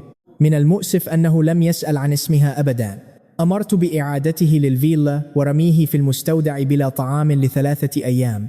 حتى في تلك اللحظة اعتقدت أنه مجرد طفل يغضب تماما كتلك الحيلة السخيفة والمخزية التي قام بها في سن 18. لاحقا ومرات كثيرة جدا من أجل ملاحقتي رمى بكبريائه في التراب بلا تردد، مما جعلني أعتقد خطأ أن كل ما يفعله لم يكن سوى محاولة يائسة لجذب انتباهي. قبل حلول الظلام وقفت عند الباب. أحدق في جسده المنكمش في الزاوية. كم هو متعجرف ومثير للإشمئزاز. مهما كانت الخطة التي تدور في ذهنك فلن أتسامح أبدا. مستحيل لن أوافق على أفكارك القذرة تلك. فكر جيدا عندما تعود لرشدك. سأدعك تخرج. أغلقت باب المستودع تاركة إياه في ظلام دامس. لم يصرخ ولم يتباك كما كان يفعل سابقا. استلقى بهدوء على الأرض وأغمض عينيه. عودته إلى فيلتي. لم تزده خوفا بل بدا، وكأنه ينتظر بصمت قدوم ذلك اليوم المشؤوم. وفي الوقت نفسه ناقشت تفاصيل الزفاف مع كريستوفر. لإظهار اعتذاري قمت بزيادة الميزانية 10 أضعاف. كريستوفر وأنا كنا الأبطال الحقيقيين. بغض النظر عن الصعوبات التي نواجهها كنا سننتهي معا في النهاية. لقد أحببت كريستوفر بعمق حقا، وكنت ألبي كل طلباته بلا تردد. تظاهرت بالاستماع، لكن أفكاري كانت تنجرف نحو المستودع. مر أسبوع كامل ومع ذلك لم يستسلم مما أشعل نارا بداخلي. كان كريستوفر يتحدث عن ترتيبات الزفاف. فجأة سمعت خطوات مسرعة من الخارج، وارتجف جسدي كله لسبب غير مفهوم. نظرت بحدة إلى مساعدي الذي اقتحم المكان، وقد بدا عليه الرعب وإدراك خطئه الفادح. وقف متصلبا ورأسه لأسفل الآنسة. جونسون تلعثم قائلا: السيد الشاب في ورطة حقيقية. فقدت أعصابي تماما في المستشفى، ووبخت الأطباء بشدة علاجه. كان يفشل، عاد من حافة الموت مرارا، لكنه رفض الاستيقاظ. ماذا حدث؟ أمام غضبي العارم انهار الطبيب المعالج واعترف بالحقيقة أخيرا. لقد ترك يتضور جوعا في المستودع ل7 أيام. لولا أن مساعدي عثر عليه بالوقت المناسب لكان ميتا بالفعل. وضعوه على التغذية الوريدية، لكن حالته لم تتحسن ببساطة لأن إرادته في الحياة قد انعدمت تماما. شحب وجهي كالموتى ومضى ذعر حقيقي في عيني، وأنا أتذكر مواجهتنا في فناء تلك البلدة الصغيرة. اعتصر قلبي ألم غريب الموت. لقد فضل الموت حقا على الخضوع لي. أدركت فجأة أن الأمور تخرج عن سيطرتي. ذلك الطفل المطيع العاقل يستخدم الموت الآن كطريقة للاحتجاج ضدي. حدقت في وجهه الشاحب والارتباك يملأ عيني. لم أتخيل أبدا أنه من أجل منع زفافي كان مصمما حقا على الموت. هل تعتقد أنني سأسمح لك بالتصرف بتهور؟ كنت غاضبة بجنون كريستوفر، وأنا نمثل الحب الحقيقي. حتى لو انطبقت السماء على الأرض فلن يمنعنا أحد من الزواج. بما أنك تحب الاستلقاء هناك فاستلق إذن. خرجت من غرفة المستشفى بغضب وأمرتهم بالبدء في تجهيزات الزفاف. أردت استخدام هذا الزفاف لإجباره على الاستيقاظ. سأتزوج كريستوفر أمامه مباشرة. أقيم حفل زفاف أفخم ب10 مرات من السابق في لمح البصر. مشهد مهيب. لقد استقبل كريستوفر أخيرا لحظة مجده المطلق. وقف عند مدخل الكنيسة مستمتعا بنظرات الضيوف الحاسدة. كان قلبه ينبض بإثارة شديدة لدرجة أنه كاد يقفز. خلال هذا الوقت بقي كريستوفر هادئا تماما، لعب دور الزوج المثالي الحنون، توقف كليا عن استهداف هنري، وبدلا من ذلك أقنعني بأن أكون أكثر تسامحا. وبصراحة نجح الأمر. صارت مراسم زفافنا كالمعتاد، كانت أسلس من محاولتي السابقة بكثير. ثم حانت لحظة العهود. عندما سأل القس لم يتردد كريستوفر أبدا، كان مستعدا 1000 مرة. لكن عندما حان دوري توتر جميع الحاضرين بشدة، ففي هذه اللحظة بالذات قمت سابقا بتأجيل الزفاف فجأة، مما جعل كريستوفر أضحوكة هائلة في نظر الجميع. هل تقبلين حقا هذا الرجل ليكون زوجك الشرعي؟ لتحبيه وتخلصي له في المرض والصحة حتى يفرقكما الموت؟ تردد صدى كلمات القس عاليا في الكنيسة الصامتة. أصبح المشهد متوترا للغاية. الصمت كان خانقا. نظر إلي الجميع بانتظار إجابتي. شد كريستوفر قبضتيه وتصبب العرق من جبهته. لقد عمل بجد لسنوات طويلة فقط ليسمعني أقول أقبل. فتحت فمي غريزيا. أردت بشدة أن أجيب، لكن لسبب ما طفت كلمات هنري الغبية في عقلي. بعد الزفاف سأموت في البداية. اعتبرت الأمر مجرد هراء، لكن ذلك الشعور المشؤوم بالخطر أصبح أقوى. انتابني وهم مرعب. إذا وافقت الآن سأفقد هنري إلى الأبد. تحت كل تلك النظرات المترقبة اعتصر قلبي. كان ذعرا غير مبرر. لم أستطع منع نفسي من النظر نحو المستشفى. الحقيقة هي أنني شعرت ببعض التردد، خاصة بعد أن علمت أن هنري مصمم فعلا على الموت. لكن الغضب تغلب على عقلي. رتبت الزفاف على عجل. كان هدفي الأساسي إجباره على الاستيقاظ من غيبوبته الوهمية. وفقا لحساباتي الدقيقة هوسه بي كان عميقا جدا. كيف سيستمر في التظاهر بالموت؟ كان من المفترض أن يندفع لهنا ويوقفني بأي ثمن. لكن الزفاف كاد ينتهي تماما ولم يظهر هنري في أي مكان. هل يعقل أن تهديده بالموت كان حقيقيا طوال الوقت؟ تغيرت تعابير وجهي أمام الجميع. اتصلت بمساعدتي فورا. سألتها عن حالة هنري.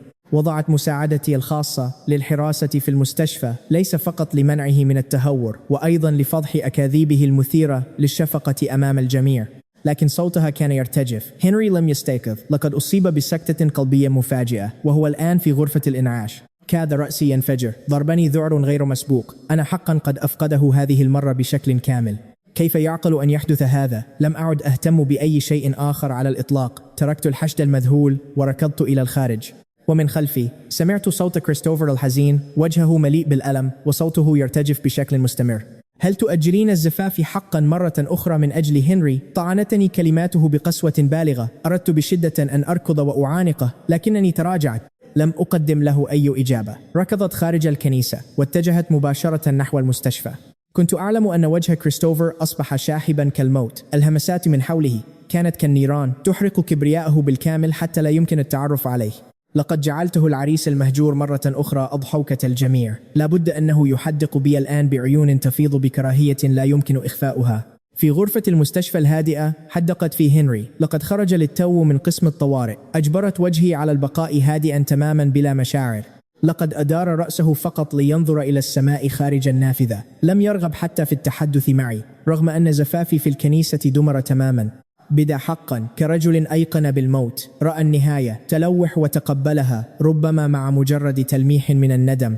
كان يتمتم عن لوحة لم تكتمل فتاة. لم يسأل عن اسمها. ما لم أعرفه حينها أنه عاش هنا 9 مرات. لم أكن أعلم أنه سئم مني تماما. مشاهد موته ببؤس 8 مرات تومض في عقله مفضلا. هذا الرحيل المؤلم.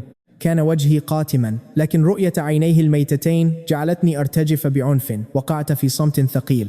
كنت مرتبكة بشدة من الموقف. لقد تغير هنري كليا. لم يعد ذلك الطفل المطيع أبدا، وانتهى دوره كقطعة شطرنج أتحكم بها كما أشاء. ظننت بصدق أن إعادته إلى المنزل ستصلح كل الأمور وتعيدها لطبيعتها، لكنني كنت مخطئة في حساباتي بشكل فظيع وكارثي. كان حقا يريد الموت، يرفض النظر إلي. ولو لمرة واحدة شعرت بالانزعاج الشديد والارتباك. أردت منه فقط أن يفهم قراراتي. المشاعر الرومانسية بيننا مستحيلة. سأحب كريستوفر دائما. ظننت أنه بمجرد انتهاء الزفاف سيستسلم هنري تماما. سيبقى مطيعا بجانبي إلى الأبد تماما، كما فعل عندما أحضرته من دار الأيتام أول مرة. وجوده أضاف شخصا آخر للمنزل. جعل فيلتي الباردة تبدو أكثر دفئا وترابطا.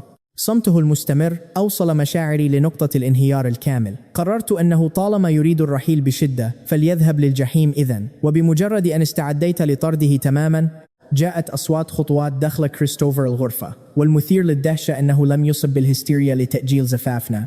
اقترب من السرير مترددا في الكلام، ثم قال بهدوء: جينيفر، أريد التحدث مع هنري على انفراد.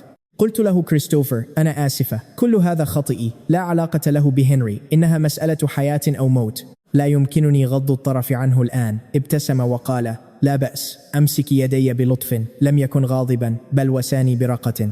قال لي: أنت تحملين طفلنا، كيف لا أثق بك أبدا. تفهمه هذا جعلني أشعر بذنب هائل يحرقني من الداخل. سألته: ما الخطب؟ بد كريستوفر وكأنه يواجه صعوبة في قول شيء. مددت يدي بسرعة ولمست جبهته. هل تشعر بوعكة؟ تغيرت ملامح كريستوفر وأخذت نظراته تتنقل بين هنري وبيني بحيرة واضحة. أدركت أن كريستوفر يخفي شيئا ما أخذته إلى الخارج، ورمقته بنظرة متسائلة تماما لمعرفة الأمر. في البداية هز رأسه رافضا التحدث، لكن أمام إصراري الحازم أخرج لي أخيرا: سجل تحويلات بنكية. لم أستوعب الأمر فورا، لكن بمجرد أن شرح لي التفاصيل غل الغضب في عروقي بشكل مدمر. كانت الوثيقة تثبت دفع هنري رشوة لطبيب ما، دليل قاطع على ادعائه المرض لتخريب حفل زفافي عمدا. احمرت عيناي من شدة الغيظ، صررت على أسناني، واقتحمت الغرفة، ثم جذبته من ملابسه بقوة وعنف. قلقت على صحته بلا أي فائدة، وهكذا يرد الجميل. رميت الوثيقة بقوة في وجهه، فجرحت حافتها الحادة وجنته. تساقطت الدماء على ثوب المستشفى لتصنع بقعة حمراء زاهية. رفع رأسه ببطء وألقى نظرة سريعة على الوثيقة. كانت عيناه فارغتين تماما ومليئتين بيأس مزعج ومثير للإشمئزاز. بدك شخص ينتظر الموت بيأس، لكن انحيازي المطلق ودفاعي عن كريستوفر طعن صدره بوضوح كسكين ثلم. لو فكرت قليلا لأدركت الحقيقة الكاملة. فمنذ عودته إلى الفيلا كان محتجزا داخل المستودع بقرار صارم مني. كيف يمكنه إجراء تحويل مالي من هناك؟ ومع ذلك صدقت رواية كريستوفر دون أي تفكير أو شك.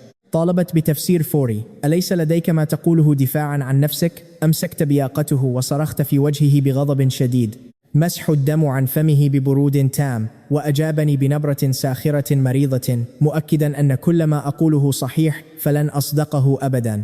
ربيتك لأكثر من 10 سنوات كاملة. صرخت في وجهه: أهكذا ترد لي الجميل بعد أن أنقذتك من يأسك؟ منحتك منزلا دافئا وبذلت كل طاقتي لأرعاك، وأنت لم تكتف بالنوايا السيئة بل دمرت سعادتي باستمرار. أنت حقا خيبة أمل كبيرة. تظن أنك محمي فقط بسبب تحيز جدي الواضح لك طوال الوقت لحمايتك. تعتقد أنني لن أفعل لك شيئا، أليس كذلك؟ سأخبرك الآن. كل ما قدمته لك يمكنني استرداده ببساطة. أصبحت نبرتي باردة كالجليد. اختفى أي شعور سابق بالذنب أو القلق ليحل محله كره مريرا وصاف تماما. أصبحت جحيمه الشخصي على الأرض. أمرت بسحبه عائدا إلى الفيلا ورميته مباشرة داخل المستودع المظلم. أردت منه أن يستوعب حقيقة واحدة بسيطة: حياته البائسة الحالية كلها مجرد نتيجة لصدقتي وعطفي عليه. جردته من كل شيء يملكه وتركته يتشبث بنصف حياة بدا، وكأنه تقبل هذا المصير البائس منذ عودته. لكنه لم يحن رأسه أبدا حتى وهو يحتضر. أراد الموت واقفا. هذا العناد الاستفزازي أغضبني، فأمرت بإعطائه فتاة الطعام. وفي ذروة الصيف الحارق أمرت بإزالة مكيف الهواء لتصل حرارة المستودع الخانقة إلى 40 درجة مئوية. قبل أن أتركه هناك سخرت منه ببرود: لم تكن سوى يتيم مشرد قبل أن أوفر لك ظروفا معيشية مثالية. بما أنك ناكر للجميل فلتتذوق حياة اليتم البائسة مجددا، وحتى لو اعتذرت وخضعت الآن فلن أسامحك أبدا. حدقت عميقا في عينيه. كنت يائسة لرؤية ولو ذرة واحدة من الندم أو الذعر الحقيقي فيهما. مجرد لمحة خوف كانت ستبرر مخاطرتي باكتشاف جدي للأمر، لكن بروده المطلق هذا استفزني بشكل لا يطاق. ظن جميع من حولي أنني فقدت صوابي تماما، وبصراحة ربما كانوا على حق. لم يكن هناك مبرر منطقي للضغط عليه، لكنني عجزت عن التوقف. حتى أنني أهملت أعمال الشركة بالكامل وتجاهلت خطيبي كريستوفر، فقط لأركز كل اهتمامي على كسره. يوما بعد يوم كنت أعود إلى الفيلا وأسأل الحراس باستمرار عما إذا كان قد أعلن خضوعه أخيرا. لكن الإجابة كانت دائما واحدة، كان يتصرف وكأنه يفضل الموت والتعفن على الاستسلام لإرادتي أبدا. نظرت عبر نافذة المستودع الصغيرة ورأيته مستلقيا يحدق في السقف كجثة هامدة، فاشتعل غضب أشد في صدري.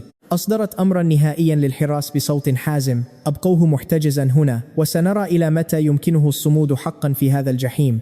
كنت واثقة أنه مجرد تمرد طفولي ضد نفوذ عائلة جونسون القوي. لم أدرك أن انتظاره الصامت للموت كان عناده الأخير.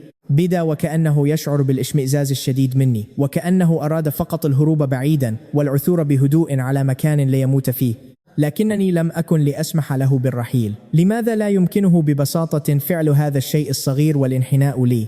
بدا وكأن قوة خفية تحكم قبضتها علينا جميعا. ثم بعد نصف شهر من احتجازه اندلعت عاصفة عنيفة بالخارج. أضاءت ومضات البرق المتعاقبة وجهه الشاحب والمريع داخل ذلك المستودع المظلم والمخيف. جلس أخيرا ونظر نحو الباب، ثم أعلن خضوعه لمساعدي معترفا بخطئه. كاد مساعدي يبكي من شدة ارتياحه. صرخ المساعد بحماس: سأبلغ السيد جونسون فورا، اتصلوا بطبيب بسرعة. هكذا تلقيت أخيرا خبر استسلامه الذي انتظرته. انطلقت مسرعة عائدا إلى الفيلا فورا. كان المطر يعمي الأبصار، وبالكاد استطعت رؤية الطريق أمامي بوضوح. لم أكترث للعاصفة العنيفة على الإطلاق، بل أصررت على العودة إلى المنزل في تلك اللحظة بالذات. جلس كريستوفر بجواري متجاهلا. وضع هنري وأخذ يتحدث بهدوء عن زفافنا، وتحوله لأضحوك دون إظهار أي غضب. اكتفيت بالتحديق من النافذة، أستمع لاقتراحات كريستوفر بتركيز مشتت، بينما كانت أفكاري تتسابق بالكامل نحو الفيلا. ماذا تقول؟ هل كنت في مزاج جيد؟ مؤخرا شعرت وكأن عبئا يزن 1000 رطل يسحق أنفاسي تماما. لم أستطع استجماع طاقتي لأي شيء اتصل بي كريستوفر عدة مرات قبل أن أنتبه له. رؤيتي شاردة الذهن جعلت كريستوفر يستشيط غضبا، فقد كان يكره هنري بشدة لأنه أفسد زفافنا مرتين.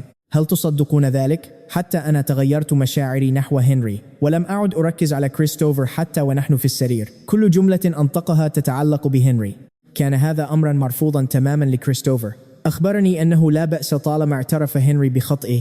سيعامله جيدا من الآن فصاعدا، ولن يحمل أي ضغينة ضده. أومأت برأسي وتنهدت بثقل، متمنية بصدق لو كان هنري متفهما وعاقلا مثله تماما. دخلت سيارتي إلى الفيلا وبصفتي حاملا ركضت وسط المطر الغزير نحو غرفة المعيشة. كنت أرغب بشدة في رؤية هنري على الفور. دوي ارتطام مرعب، قفز شخص ما من الطابق العلوي مباشرة ليتحطم جسده على الأرض أمامي تماما. نظرت إلى الأسفل. لقد كان هنري اختلطت دماؤه بماء المطر لتصبغ ساحة منزلي باللون الأحمر. وقفت متجمدة في مكاني أترك المطر الغزير يغسلني. تم نقله فورا إلى المستشفى، ولا أحد يعرف إن كان سيعيش أو يموت. لكنني لم أستعد وعيي بعد. كانت الصدمة والارتباك يتراقصان بوضوح داخل عيني من هول المشهد. حتى الآن عجزت عن تقبل قفزه من المبنى. وقفت تحت المطر بينما غرق هو في دمائه. تلاقت أعيننا وكأن عالما كاملا يفصل بيننا. رغم أننا استطعنا رؤية وجوه بعضنا البعض بوضوح شديد، إلا أنني لم أستطع سماع أي صوت. تعبير عينيه المغمضتين ظل يطارد عقلي. لم يكن ألما، بل كان ارتياحا. هل أراد حقا الهروب مني بهذه الشدة؟ اشتعلت النيران في عيني الباردتين بغضب حارق. غضبي الكامل كان محتبسا، ولم أجد طريقة لتحريره. لولا أن كريستوفر عانقني بقوة يبكي ويتوسل إلي أن أحمي الطفل الذي في بطني، لكنت قد انفجرت من الغضب في مكاني. لامست بطني برفق وترددت للحظة، ثم تبعت كريستوفر للداخل. سمحت له بأن يقودني بهدوء إلى غرفة المعيشة هربا من هذا المشهد. تركت كريستوفر يسحبني إلى الحمام لأستحم وأغير ملابسي المبللة قبل أن أستلقي على السرير. أراقب السقف بفراغ وبغض. النظر عن مدى لطف كريستوفر في مواساتي، كنت أتقلب في فراشي عاجزة تماما عن النوم. أردت بشدة معرفة حالته، لكن قفزته الحازمة من المبنى كانت بمثابة خنجر مسموم طعن قلبي. بما أنك تريد الموت بهذه الشدة فاذهب ومت إذن، ولا تلوث بصري بعد الآن. تمتمت بهذه الكلمات القاسية، ثم أغمضت عيني مقسمة ألا أهتم بأمر هنري مجددا مهما حدث. لم تكن هذه مرته الأولى في غرفة الطوارئ بالمستشفى، لكن هذه المرة اتخذ هنري مخاطرة هائلة وكبيرة جدا. انظروا كيف تلاعب بي ببراعة عندما كان محتجزا في المستودع وعاجزا عن الاتصال بالعالم. استخدم القفز من المبنى كحيلة ماكرة فقط لجذب انتباه جدي، وبالفعل كما خطط بعد تلقيه العلاج الطارئ تجاوز مرحلة الخطر الذي يهدد حياته. لقد نجح في رؤية جدي في هذا الوقت. كان ضعيفا للغاية، لكن عينيه أظهرتا بريق أمل مقزز، وبدا متحمسا للجلوس والتعافي سريعا. قال له جدي: سأتولى الباقي من الآن. سأل جدي الطبيب أولا عن وضعه الصحي بالتفصيل، وعلم أنه بعد فترة من التعافي يمكن لهنري الخروج. أمسك جدي بيده وعيناه تفيضان بالدموع، معتذرا باستمرار لوالدي هنري الراحلين لأنه لم يعتن به جيدا. اقترح هنري المغادرة، لذا وعده جدي بذلك قبل رحيله، ولم ينظر هنري للخلف مجددا. راقب هنري شخصية جدي المغادرة من المبنى العالي. ربما شعر بالذنب الشديد، معتقدا أنه لم يكن عليه إقحام جدي في هذا الأمر، لكن هذه كانت طريقته الوحيدة للهروب من سيطرته التامة. لقد فقد جدي ابنه وزوجة ابنه في وقت مبكر جدا، وحفيدته الوحيدة اختفت أيضا. وكانت عائلة جونسون، عائلة هنري، هي من تبنتني وأنقذت حياة حفيدته الوحيدة. كان جدي ممتنا للغاية لعائلة جونسون، لدرجة أنه كان مستعدا للسماح لهنري بالزواج مني كريدل الجميل. لكنه لم يتوقع أبدا أنني لن أرفض هنري فحسب، بل سأعذبه باستمرار، متجاوز بذلك كل حدود صبر جدي بكثير. عندما فضل هنري القفز من المبنى والانتحار على البقاء معي، أدرك جدي أن إجباره بات أمرا مستحيلا. كان عليه حل المشكلة بسرعة، وإلا لو أصاب هنري أي مكروه فلن يتمكن من مواجهة والديه المتوفين. في تلك الليلة جلب جدي رجاله واقتحموا الفيلا الخاصة بي فجأة، وبمجرد رؤيته لي جالسة على الأريكة أستريح، رفع يده وصفعني بقوة وقسوة على وجهي دون أي تردد. تغير وجه كريستوفر بشكل جذري، وركع مسرعا أمام جدي متوسلا: هذا لا علاقة له بجينيفر أبدا يا جدي، أنا من رتب كل شيء. نظر جدي بازدراء إلى كريستوفر، مظهرا سلطته المطلقة كزعيم حقيقي للعائلة. لقد سيطر على عالم الأعمال لسنوات طويلة وطور هالة مرعبة، ورغم أنني نشأت وتوليت أعمال العائلة تدريجيا طوال هذه السنوات، وتمكن هو من الاستمتاع بسنواته الأخيرة، إلا أن سلطته ظلت حاضرة. نظرة واحدة منه كانت كفيلة بجعل وجه كريستوفر شاحبا. مسحت الدم من زاوية فمي، وقابلت نظرة جدي بشجاعة بينما صرخ بي: عندما عهد إليك والدا هنري بطفلهما، هل هكذا تردين لهم الجميل؟ تحول وجه جدي إلى اللون الأحمر، مشيرا بإصبعه نحو وجهي وهو يزأر بغضب. سخرت ببرود شديد منذ الطفولة وحتى الآن. أنا لم أعامله بسوء أبدا. بسبب تساهلك معه تجرأ على امتلاك تلك الأفكار القذرة تجاهي. يمكنني سداد ديونه، لكنني لن أتزوجه أبدا. كان جدي غاضبا جدا مني، لكن نظراتي ظلت حازمة تماما منذ عودة هنري لعائلة جونسون. أخبرته أنني نفذت كل رغباته دون أي تقصير، لكن في اختيار شريك حياتي أنا أحب كريستوفر فقط. كنت أكره هوس هنري القذر بي، كما أن معارضته كانت ورقة الضغط الوحيدة لدي للتمرد على سيطرة جدي المطلقة. أمسك جدي بعصاه بقوة شديدة لكي يوبخني، لكنه توقف عندما رأى الدموع تتجمع في عيني. رق قلبه العنيد تنهد بعمق، وسألني: إذا كان الأمر كذلك فلماذا لا تتركين هنري يرحل؟ هذا السؤال أسكتني تماما، ثم أعلن أنه لن يتدخل في زفافي بعد الآن، بل وسيحضره شخصيا. لكن شرطه الوحيد كان التخلي عن هنري. ارتجف جسدي بالكامل، ونظرت إلى جدي بذهول تام. كان كريستوفر يطير من الفرحة، وأخذ يرمقني بنظرات ذات مغزى، خاصة أن جدي قاطع زفافين السابقين تماما، لأنه كان يريد هنري كزوج لي دائما، ولم يتقبل وجود كريستوفر في العائلة أبدا. هذا جعل كريستوفر يحمل حقدا شديدا، لكنه لم يجرؤ على التحدث. والآن كان وعد جدي الذهبي هو كل ما يتمناه. تحت نظرات جدي الصارمة سقط عقلي في دوامة من الحيرة. كان يجب أن أكون سعيدة بنهاية معركتي الطويلة من أجل الحب، لكن بمجرد التفكير في رحيل هنري، لماذا شعرت بهذا الفراغ المرعب؟ لا تنسي أنك حامل بالفعل. ألقى جدي بهذه الكلمات الثقيلة واستدار ليغادر المكان. شحب وجهي تماما مرة أخرى، لمست بطني ووقعت في صراع داخلي عميق وخانق. بعد نصف شهر خرج هنري من المستشفى واندفع فورا نحو المطار، وكأنه يرفض البقاء بالقرب مني لثانية واحدة رغم ضمانات جدي. ربما ظن أنني سأستسلم بتلك السهولة، لكنه كان محقا تماما بشأن طبيعة شخصيتي. أمرت رجالي باعتراض طريقه وإعادته إلى فيلتي. حدقت في عينيه مباشرة، لكن ذلك التعلق القديم بي قد اختفى منهما تماما. رأيت فيه صمتا مميتا وكأنه يفضل الموت على البقاء. كتمت غضبي الشديد وبدأت أستجوبه بقسوة. ابتسم هو بسخرية مريرة وسألني إن كان أداؤه غير واضحا. حينها ارتجفت من شدة الغضب، وبإشارة واحدة من يدي أفرغت شاحنة حمولتها من الجمر المشتعل، واندفع الهواء الحارق نحو وجهه بقوة. أنتم لا تعرفون مدى قسوتي حينها. مسار طوله 1000 متر تغطى بالجمر الأحمر. سخرت منه ببرود وأمرته بعبوره حافيا. هكذا سنتعادل. صرخت فيه بأنني عاملته جيدا، لكنه دمر زفافي مرتين بسبب أنانيته وهوسه بي.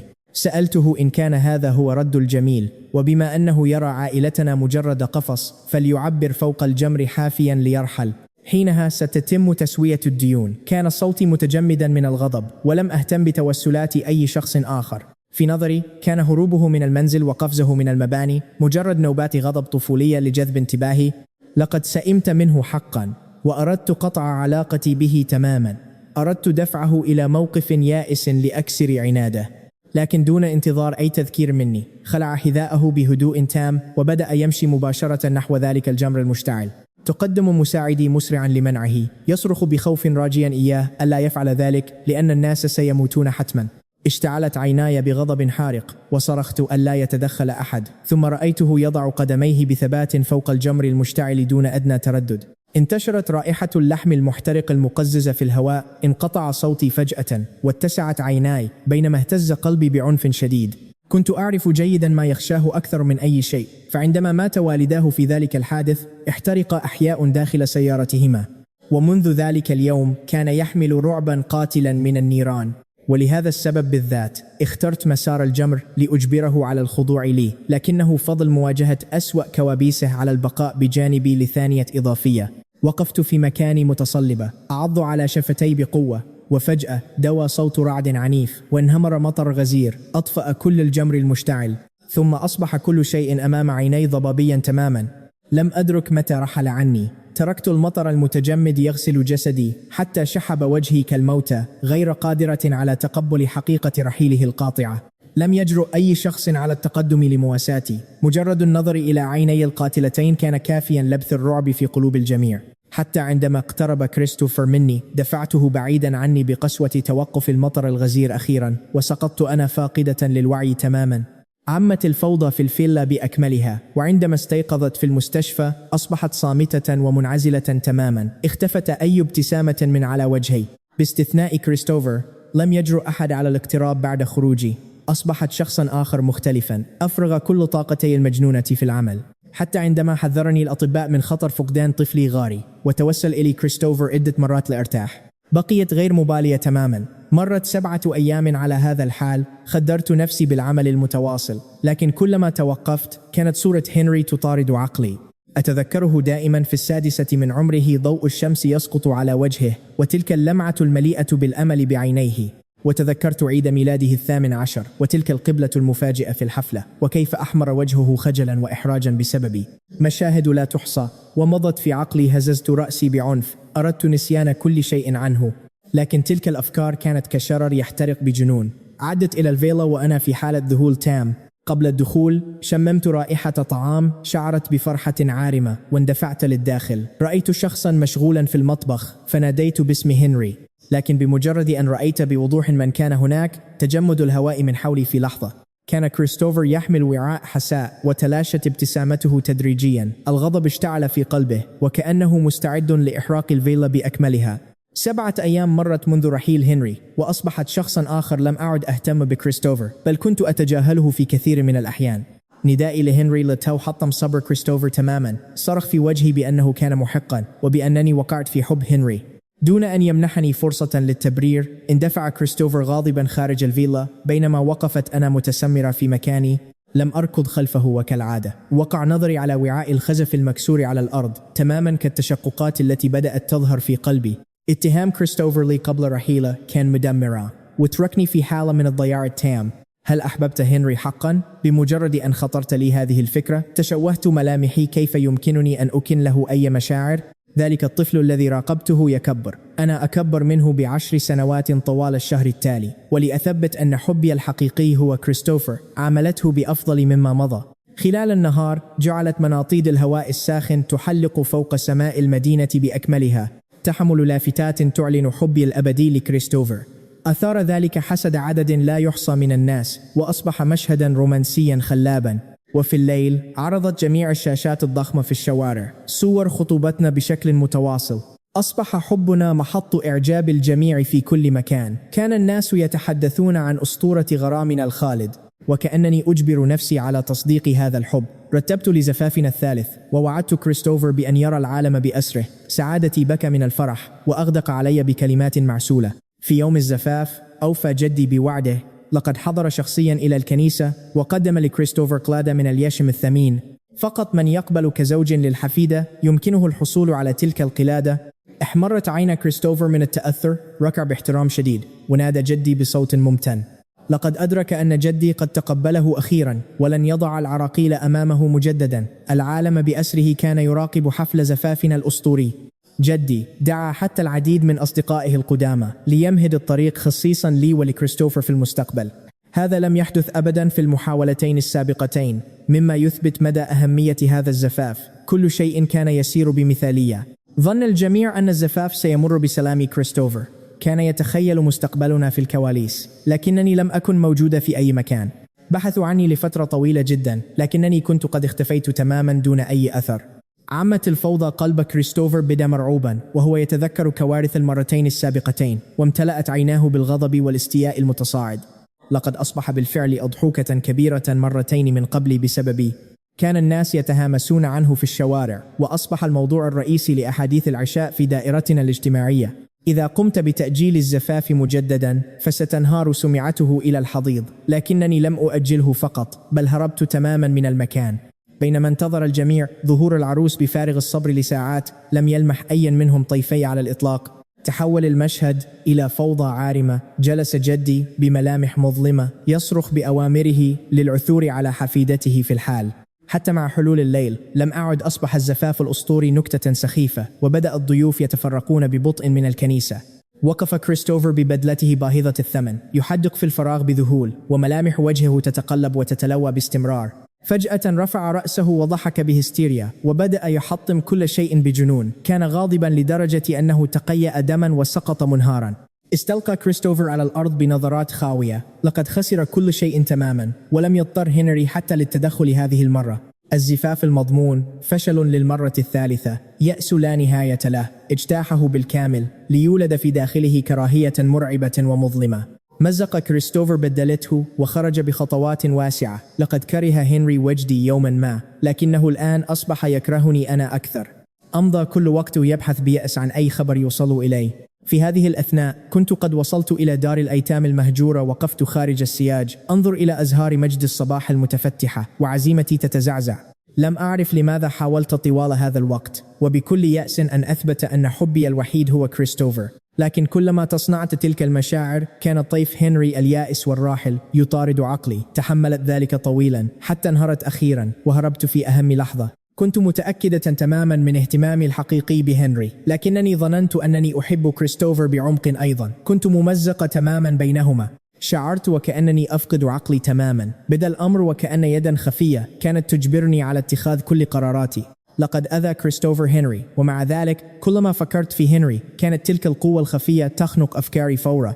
الآن وتحت تأثير هذا الهوس بدا وكأنني تحررت أخيرا من تلك السيطرة. فكرة مجنونة اجتاحت قلبي. أردت العثور على هنري وإعادته إلي. أين ذهب إذن؟ لقد عاد إلى تلك البلدة الصغيرة في الجنوب الغربي، يسير حافي القدمين تماما فوق الجمر المشتعل. كان مصابا بجروح خطيرة، ومكث في المستشفى لأكثر من شهر، لكنه لم يستطع حتى الانتظار لتتعافى ساقاه بالكامل. وصل إلى ذلك المنزل في منتصف الجبل على كرسيه المتحرك. أزهار مجد الصباح على السياج لم تكن قد ذبلت بعد. تركت تلك اللوحة الطبيعية غير المكتملة في غرفته. أما قطعة أرض المقبرة خلف المنزل فظلت غير مستخدمة.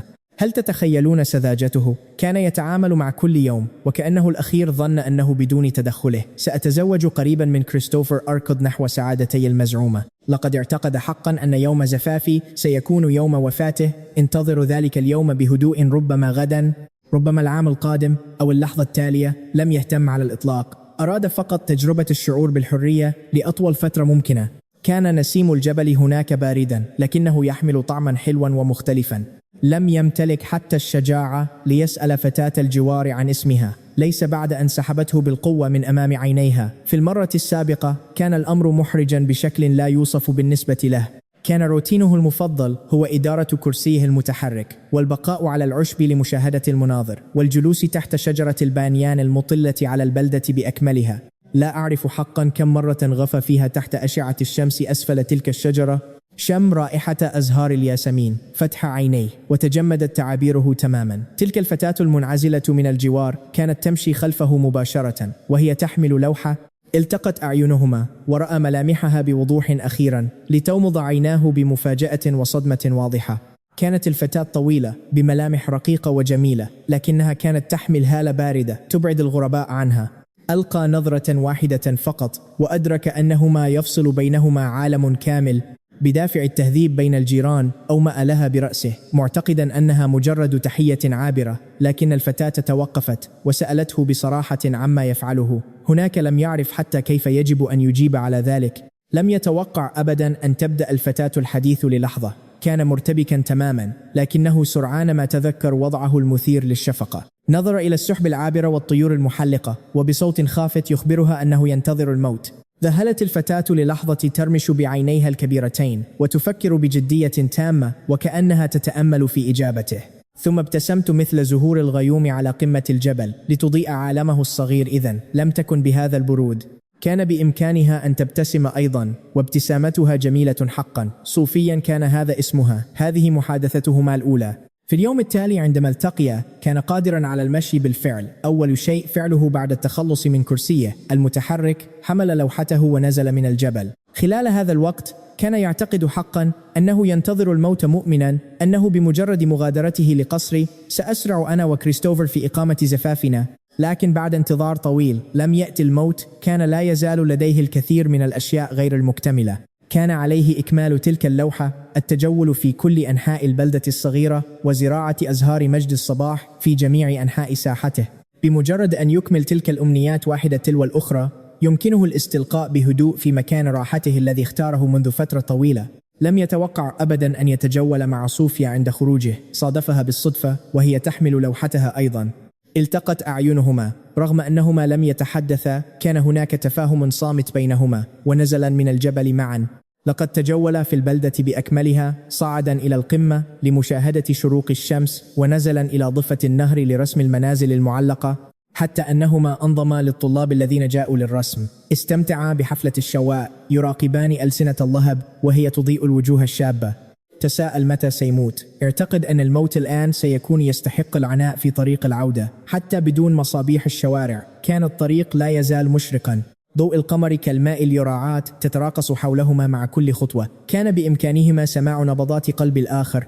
لم يسأل صوفيا أبدا لماذا تعيش بمفردها. كل شخص في منتصف ذلك الجبل كان لديه قصته الخاصة. من النزول من الجبل إلى العودة للمنزل لم ينطق بكلمة واحدة في الصمت. بدا وكأنهما يشعران بأفكار بعضهما البعض. قبل الافتراق وقفت صوفيا عند الباب. توقفت عمدا تنتظر شيئا ما. عيناها تحملان توقعا غريبا لا يمكن تفسيره.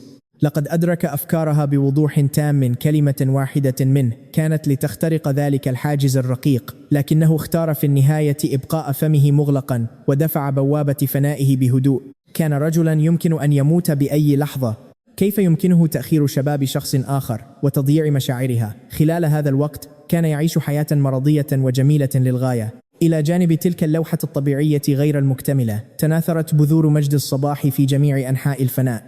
في صباح مشرق استيقظ على زقزقة العصافير كما يفعل دائما. حمل لوحته وخرج من الفناء مجددا ليصادف صوفيا بالصدفة وهي تغادر المكان أيضا. سار أسفل الجبل بتفاهم صامت في مواجهة ضوء الشمس. شعر بالدفء ينتشر في جميع أنحاء جسده. استدار لينظر إلى عنقها النحيل. حقا كانت تحفة فنية من صنع الخالق. خطرت بباله فكرة فجأة، تلك اللوحة غير المكتملة كانت تفتقر دائما إلى الروح، وكانت صوفيا هي بالضبط ما يبحث عنه. توقف عن المشي وكان على وشك توجيه دعوة لصوفيا، ثم ارتجف جسده بالكامل فجأة. انتبهوا جيدا لهذه اللحظة وهو يحدق للأمام. شحب وجهه على الفور لأنني كنت أقف هناك ليس بعيدا أراقبهما بعيون معقدة. بدا أن بيننا عالمين مختلفين، نصف سماء صافية ونصف غيوم داكنة. كلما اقتربت منه ابتلعت عواصف شمسه الساطعة بقوة ليغرق عالمه الصغير في ظلام المطلق. شعر بضغط حضوري، الخانق يضربه بقوة. رأيته يختلس النظر إلى لوحته البائسة بين يديه. بدأ عاجزا تماما، مدركا أنه لن يكمل رسمته أبدا، لكن عيناي لم تهتم بفنه بل استقرت عليها صوفيا. رؤية تصرفاتهما الحميمية جعلت دمائي تغلي بشدة بعد أن تسبب في فوضى لأشهر بالخارج. حان وقت إعادته للمنزل فورا. هل ترون تلك النظرة؟ نظر إلي بهدوء مستفز دون أن يحاول التبرير. هو يعلم جيدا قراراتي، أنا هي الصواب المطلق. لم أخف اشمئزازي الواضح، أشرت نحوها بسخرية باردة جدا. الآن فقط عرفت سبب رفضك التام للعودة. لقد وجدت لنفسك امرأة هنا إذن. نساء الشوارع مجرد ماكرات. أنت صغير وساذج، ماذا تفهم عن الحب؟ لم أمنحه حتى فرصة واحدة لينطق بحرف للدفاع. أمسكت بيده بقوة، سحبته بقسوة ملحوظة نحو السيارة. كنت سآخذه بالقوة رغما عنه، لكنه تجرأ حقا. أفلت يده وتراجع للخلف بخطوات سريعة. كانت نظراته عنيدة جدا. ارتجف جسدي بالكامل. نظرت إليه بذهول شديد. أتجرؤ على تحدي أوامري من أجل هذه الفتاة؟ أطلق ضحكة مريرة للغاية، مذكرا إياي بكلماتي الغبية أنني قلت لو مشى حافيا على الجمر المشتعل ستسدد كل ديونه بالكامل، وأنني لم أعد عمته، وهو ليس ابن أخي إطلاقا. وسألني بكل وقاحة بأي صفة أقوم بتوبيخه الآن أمام الجميع. ارتجفت من شدة الغضب. النيران تشتعل بقوة في قلبي فقط لأنني من ربيتك، فكل ما أفعله بك هو الصواب المطلق. ما حدث سابقا كان مجرد كلام غاضب لا حاجة لأخذه بجدية. أخبرته بوضوح: أنا أمنحك فرصة واحدة أخيرة للعودة معي الآن، لنتظاهر بأن شيئا لم يكن، لكن إن استمريت بوهمك هذا سأستخدم القوة حتما. وداك تركاك أمانة غالية في عنقي أنا. لا يمكنني تركك تتسكع. هكذا قدمت له عذرا سخيا، لكن ملامحه بقيت باردة محصن تماما ضد شفقتي. هز رأسه بعزيمة غبية، يدعي أنه يفضل الموت والدفن في مقبرة هذه البلدة. ثم تدخلت هي بوقاحة قائلة: إن هنري يرفض الذهاب بوضوح، لماذا تجبرينه على ذلك؟ عبست صوفيا ووقفت بجانبه مباشرة متجاهلة النظرات الجليدية تماما. ادعت أنه بالغ ولا يحتاج لتدخل. أحد تغير وجه هنري فجأة دفعها بعيدا عنه في ذعر. كان ينظر إلي كأنني مجنونة قادرة على فعل أي شيء. كان مرعوبا جدا من إقحام صوفيا في هذا، لكن الفتاة رفضت التراجع مصممة على الدفاع عنه، وحاولت إلقاء محاضرة علي. تتحدث عن طرقي القاسية والمستبدة، وكأنني أعامله كدمية بلا روح، كشخص غريب. تجرأت ووصفت معاملتي له بالقسوة البالغة جدا، خاصة بعد أن طورت الآن مشاعر سخيفة تجاهه في قلبها. قالت له ألا يخاف. ادعت أنه في وضح النهار لا يمكن لعائلة جونسون أن تحجب السماء. أخرجت صوفيا هاتفها لتتصل بالشرطة فورا، لكن حراسي طرحوها أرضا وثبتوها في ثانية واحدة بلا رحمة.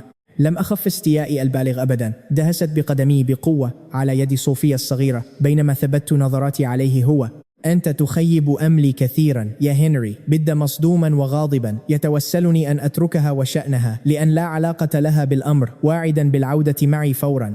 هل تعتقدون أن هذا أرضاني؟ بل زاد من جنوني من قبل. كان يقسم أنه يفضل الموت على العودة للمنزل، والآن هو يضحي بحريته من أجل امرأة. مكانة الصوفية في قلبه تجاوزتني بوضوح. لم أفهم السبب أبدا حتى هذه اللحظة. اجتاحني استياء مرير بقوة. لقد أجلت زفافي 3 مرات بسببه هو، ودفعت كريستوفر حرفيا لحافة الجنون المطلق والمستشفى العقلي. تحديت حتى أوامر جدي الصارمة. جئت لهذه البلدة القذرة وحدي تماما فقط لأخبره أن يعود معي للمنزل.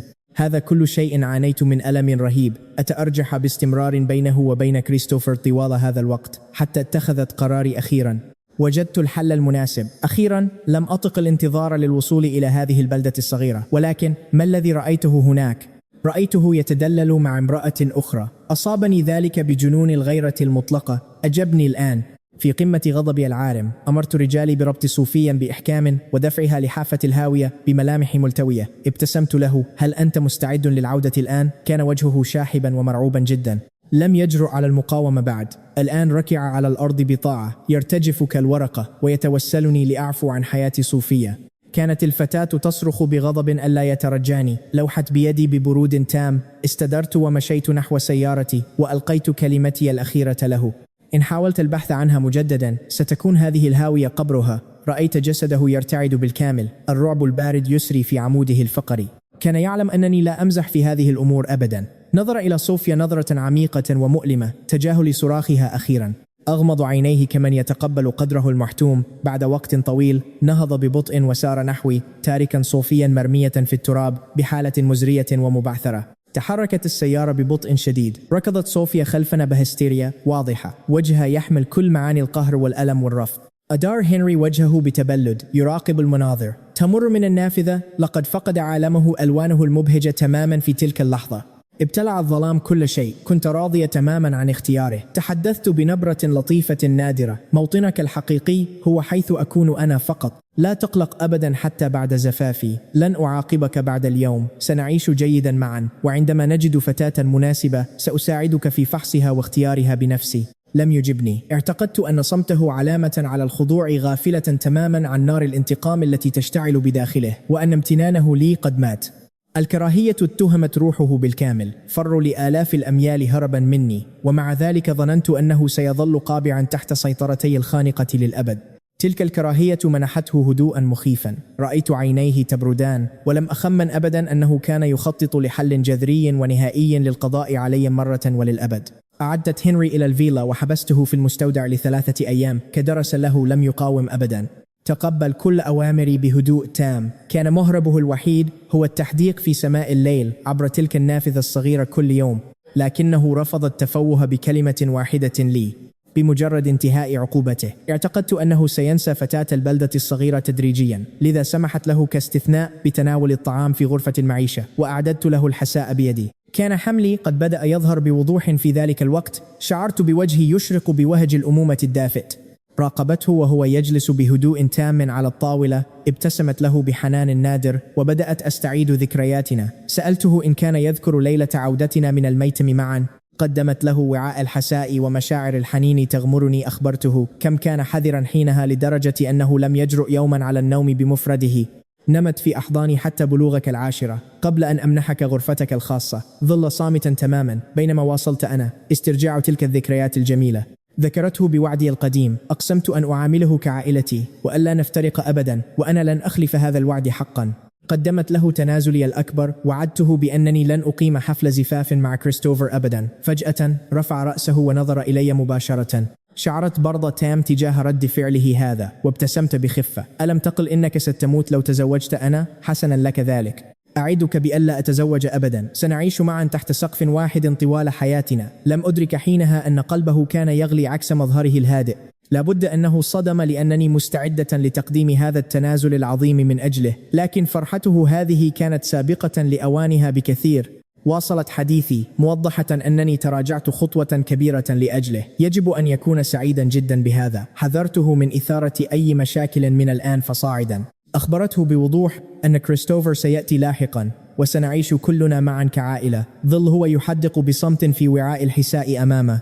ظننت أنني قدمت الحل المثالي بعطف شديد. لم أتخيل أبدا أنه يرى تصرفي هذا مجرد أنانية مريرة وعبثية مطلقة من جانبي. لن أقيم حفل زفاف، لكنني سأعيش مع كريستوفر ونربي طفلنا معا، وسيبقى هنري مجرد مراقب يشهد على حميميتنا وسعادتنا. ببساطة رفضت التخلي عن حبي الحقيقي، ولم أتحمل فكرة منحه حريته أبدا. كانت هذه طريقتي العبقرية لإبقائه مقيدا بي بدا، وكأنه يكتم ضحكته. لكنه لم يرفض، قال فقط إنه سيقبل بأي ترتيب أضعه. غمرتني فرحة عارمة. ظنا مني أنه عاد لرشده أخيرا. أمسكت بيده بقوة وأخبرته أن هذا هو القرار الصحيح. طلبت منه ألا يحزن جده مجددا، فهذا هو الحل الأفضل. سرعان ما وصل كريستوفر إلى الفيلا. لم ألاحظ وميض الاستياء في عينيه تجاه هنري. لكن كريستوفر رسم ابتسامة واسعة. مرحبا بعودة هنري. لعب دوره ببراعة، أبلغه أننا عائلة وطلب منه ألا يثير غضبي مجددا. ذكره بحملي متعمدا. ظن كريستوفر أن جملة واحدة ستستفز هنري وتفقده صوابه كالسابق، لكن هنري أومأ برأسه بهدوء تام. دعاه بزوج العمة وأكد أنه لن يفتعل أي مشاكل. ابتسم كريستوفر برضة تام عن هذا الخضوع.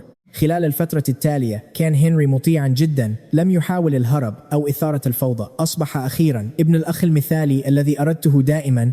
اهتم بي وبحملي بعناية فائقة، وحتى عندما حاول كريستوفر استفزازه مرارا أظهر هنري تسامحا وضبط نفس منقطع النظير. مراقبة. هذا جعلتني أبتسم كل يوم. كنت واثقة تماما أنه خضع أخيرا ولن يجرؤ على إثارة أي متاعب مجددا. خطتي كانت تسير بمثالية 3 أشخاص تحت سقف واحد بلا صراعات، وبمجرد ولادة طفلي ستصبح عائلتنا الغريبة هذه في قمة السعادة. مر الوقت ببطء، وبعد شهر من سلوكه الخالي من العيوب كافأته وسمحت له بالخروج للقيام ببعض الأنشطة بمفرده. كان هذا مجرد اختبار آخر بالطبع، لكنه في كل مرة كان يعود في الوقت المحدد تماما. تدريجيا تخليت عن حذري بالكامل. لم يحاول زيارة تلك البلدة النائية مجددا، بل تجول في المدينة بهدوء. ظننت أنه يتأقلم، ولم أدرك أنه كان ينتظر فرصته بصبر. بدأ كريستوفر يشعر بالاضطراب، فقد اعتاد دائما أن يمتلك اليد العليا. في السابق كنت أنحاز لكريستوفر دون قيد أو شرط، مما سمح له بتعذيب هنري حتى انهار تماما. لكنني استعدت عقلي الآن. توقفت عن تدليل كريستوفر بيكسل ونصحته بالتوقف عن هذه التفاهة. هذا التغيير كاد يقتله من شدة الغضب. كلما تحسن سلوك هنري زادت عاطفتي نحوه، لدرجة أنني أجبرت كريستوفر على الاعتذار له عدة مرات. في النهاية كاد كريستوفر أن يفقد عقله تماما من أجل تأمين مكانته داخل عائلتي. تظاهر بأنه شريك متفهم ومخلص، لكنني كنت عمياء عن حقيقة أن كبرياءه الهش لم يحتمل وجود طرف ثالث بيننا. عندما حاول كريستوفر توريط هنري مجددا فقدت أعصابي. لم أكتف بتجاهله، بل صفعته بقوة شديدة ورميته في نفس المستودع. جعلته يتذوق نفس العقاب المرير الذي عاناه هنري. رأيت الكراهية تحترق في عيني كريستوفر، لكنني ظننت أنني ما زلت أسيطر على الوضع. هنا انقلب عالمي رأسا على عقب. كاد هنري أن يقتل في حادث سيارة مروع، وكشفت تحقيقاتي أن العقل المدبر كان كريستوفر نفسه. ركع كريستوفر على الأرض باكيا واعترف بكل أخطائه، متوسلا إلي لأرحمه. كنت ضعيفة ومستعدة لطي الصفحة، لكن هنري نزع إبرة المغذي فجأة، متظاهرا بانهيار قلبه ورغبته في إنهاء حياته. رؤية يأسه غيرت موقفي فورا. أصررت على فتح تحقيق شامل وقاس في ماضي كريستوفر، ويا ليتني لم أفعل ذلك أبدا، لأنني كلما حفرت أعمق في حياته. ظهرت المزيد من الأسرار المرعبة إلى النور. لم أستوعب حجم جرائمه البشعة، السقوط من المبنى وحادث السيارة. كل شيء كان مدبرا. خنقني الشعور بالذنب عندما أدركت حجم المعاناة التي سببتها اتهاماتي الباطلة لهنري المسكين. استشطت غضبا وفقدت السيطرة. مهما توسل كريستوفر استخدمت الصوت لضربه مباشرة. 100 جلدة كاملة تركته ينزف ويصرخ بلا توقف. ضربت كريستوفر حتى فقد وعيه، لكن هذا لم يكن كافيا أبدا. أمرت رجالي بتثبيته على الأرض. أخبرت هنري أنني سأحقق له العدالة. كان علي تعليم كريستوفر كيف يكون إنسانا. كل ألم عانى من هنري. كان على كريستوفر تجربة القفز من المباني وحوادث السيارات والمشي حافيا على الجمر المشتعل. من خلال هذا العذاب المتكرر تمنى كريستوفر الموت حقا. بعد المشي على الجمر المشتعل ركض كريستوفر على نقالة حدق بي وبهنري. بينما كنا نقف عند الباب أطلقت عيناه استياء عميقا، خاصة عند رؤية هنري يقف بطاعة بجانبي ليأخذ مكانته السابقة بالكامل. تدفقت نية قتل قوية داخل قلب كريستوفر. لقد أراد بوضوح قتل كلينا.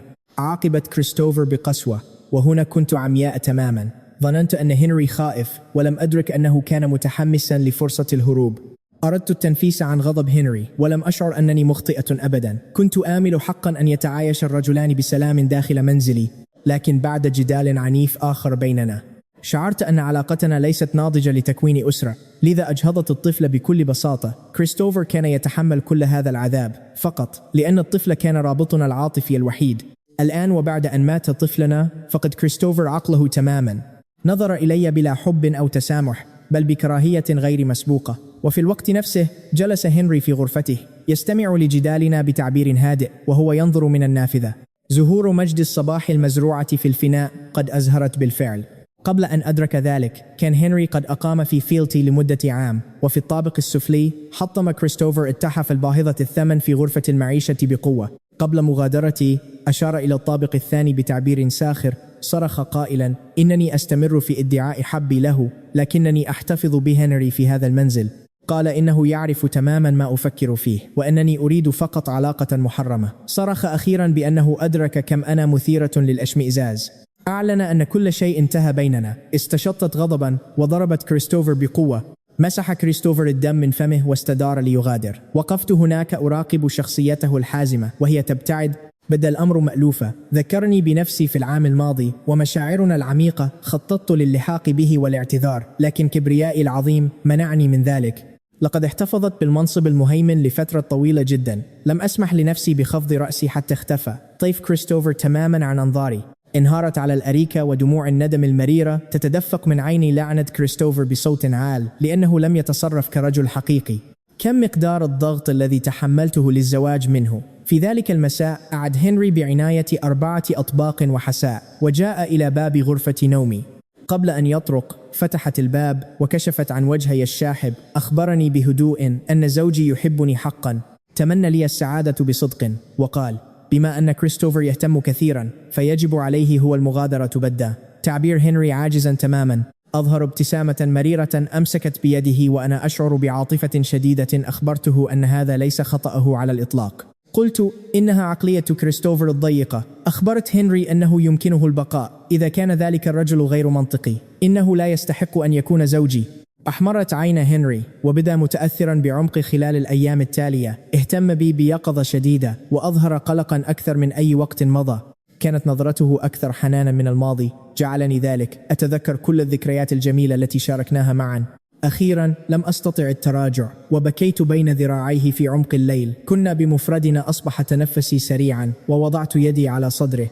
في الضوء الخافت أطلقت عيناي شغفا مشتعلا. لقد تأثرت بشدة بسبب استفزاز كريستوفر، بالإضافة إلى كل ذلك الكبت المتراكم. في تلك اللحظة كنت بحاجة ماسة للتنفيس عن مشاعري. لقد نسيت تماما علاقتنا كعمة وابن أخيها. أصبحت عيناي في حالة ذهول. استمعوا جيدا. لم أكن أعلم أن هذا هو المشهد الذي تخيله هنري خلال حيواته ال9، لكن في هذه اللحظة كان قلبه باردا وهادئا تماما. لم يكن هناك حتى تموج واحد من العاطفة في عينيه. قمع غثيانه وقبل شفتي بلطف لمسة سريعة فقط، ثم نهض وغادر. بدا رحيله مرتبكا، حيث تظاهر عمدا بالصراع الداخلي أمامي. هذا جعلني متأكدة تماما من حبه لي، حتى إنني بدأت أتخيل كسر كل المحرمات وأن نكون معا حقا. راقبت شخصيته وهي تندفع نحو الطابق العلوي، وانحنت شفتاي بابتسامة من العشق الخالص. أحببت كريستوفر بشدة، فقد كان ذلك محددا بقواعد هذا العالم، لكنني ببساطة لم أستطع تحمل ترك هنري يرحل. كان هناك إثارة مشوقة في كسر المحرمات، لذا غرقت فيها بلا حول ولا قوة. لم ألاحظ حتى عندما انحنيت بين ذراعيه أن كاميرا المراقبة في الزاوية كانت تومض بالعودة إلى غرفته. فرك هنري شفتيه بقوة، راغبا بعنف في سلخ الجلد عن جسده.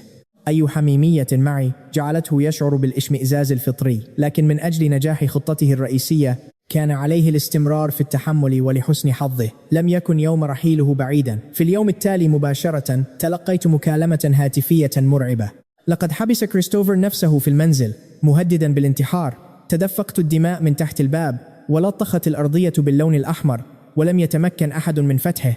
ولأنني كنت أحب كريستوفر حقا اندفعت بفرع وذعر مباشر نحو منزل عائلة ويلسون.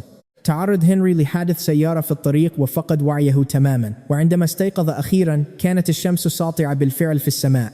جلس هناك يراقب بصمة مغادرة السيارة في موعدها انتظارا لانتقام كريستوفر. يا للسخرية، بعد 9 حيوات أدرك هنري أخيرا حقيقة واحدة بشأني. أدرك أنني لم أحب سوى نفسي يوما. كنت مجرد امرأة أنانية لأبعد الحدود. كريستوفر كان مجنونا بحق، أما هنري فقد تحمل البقاء في فيلتي لعام كامل متظاهرا بالطاعة العمياء، ونجح ببراعة في كسب ثقتي المطلقة. جعلني أعتقد أنني أسيطر على كل شيء، ولم أدرك أبدا أن ذلك كان مجرد وهم صنعه بيده.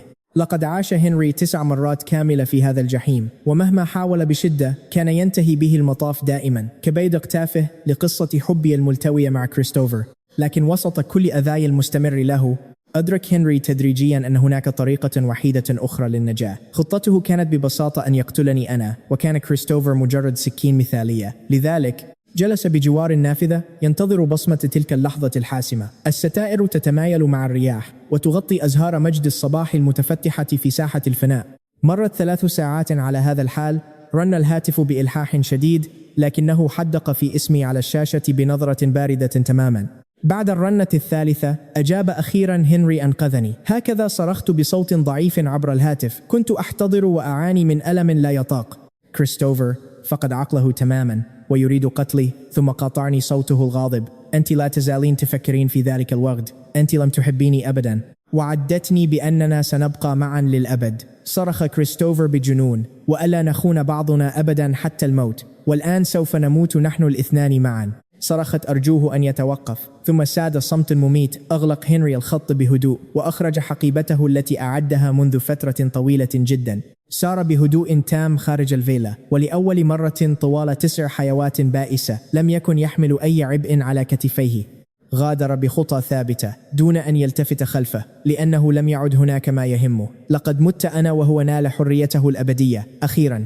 عاد إلى تلك البلدة الصغيرة في الجنوب الغربي. سار على الممر الحجري وعبر جسرا مقوسا بقلب هادئ لأبعد الحدود. وصل أخيرا إلى منزله في منتصف الجبل. تجمد في مكانه من الدهشة. أزهار مجد الصباح في فنائه كانت مزهرة بالكامل، لكن ما لفت انتباهه حقا هي تلك الأزهار الخوخية المتفتحة في الفناء المجاور. أزهار الخوخ تتفتح واحدة تلو الأخرى لتضيء فصل الربيع بأكمله. وتحت إحدى الأشجار كانت هناك فتاة مألوفة ترسم بهدوء. صوفيا كانت غارقة في تركيزها. اقترب منها بصمت دون أن تلاحظه أبدا، وعندما رأى لوحتها صدم قلبه بشدة. ألم تكن هذه هي نفس اللوحة التي تركها غير مكتملة؟ لقد حققت صوفيا حلم قلبه العتيق بطريقة مثالية تماما. ابتسم هنري برقة وأصبحت نظراته دافئة جدا. شعرت صوفيا بشيء ما، فاستدارت ببطء والتقت عيناها بعينيه مباشرة. توقف الزمن عندها تماما، بينما ظلت أزهار الخوخ تتمايل برقة في نسيم الربيع.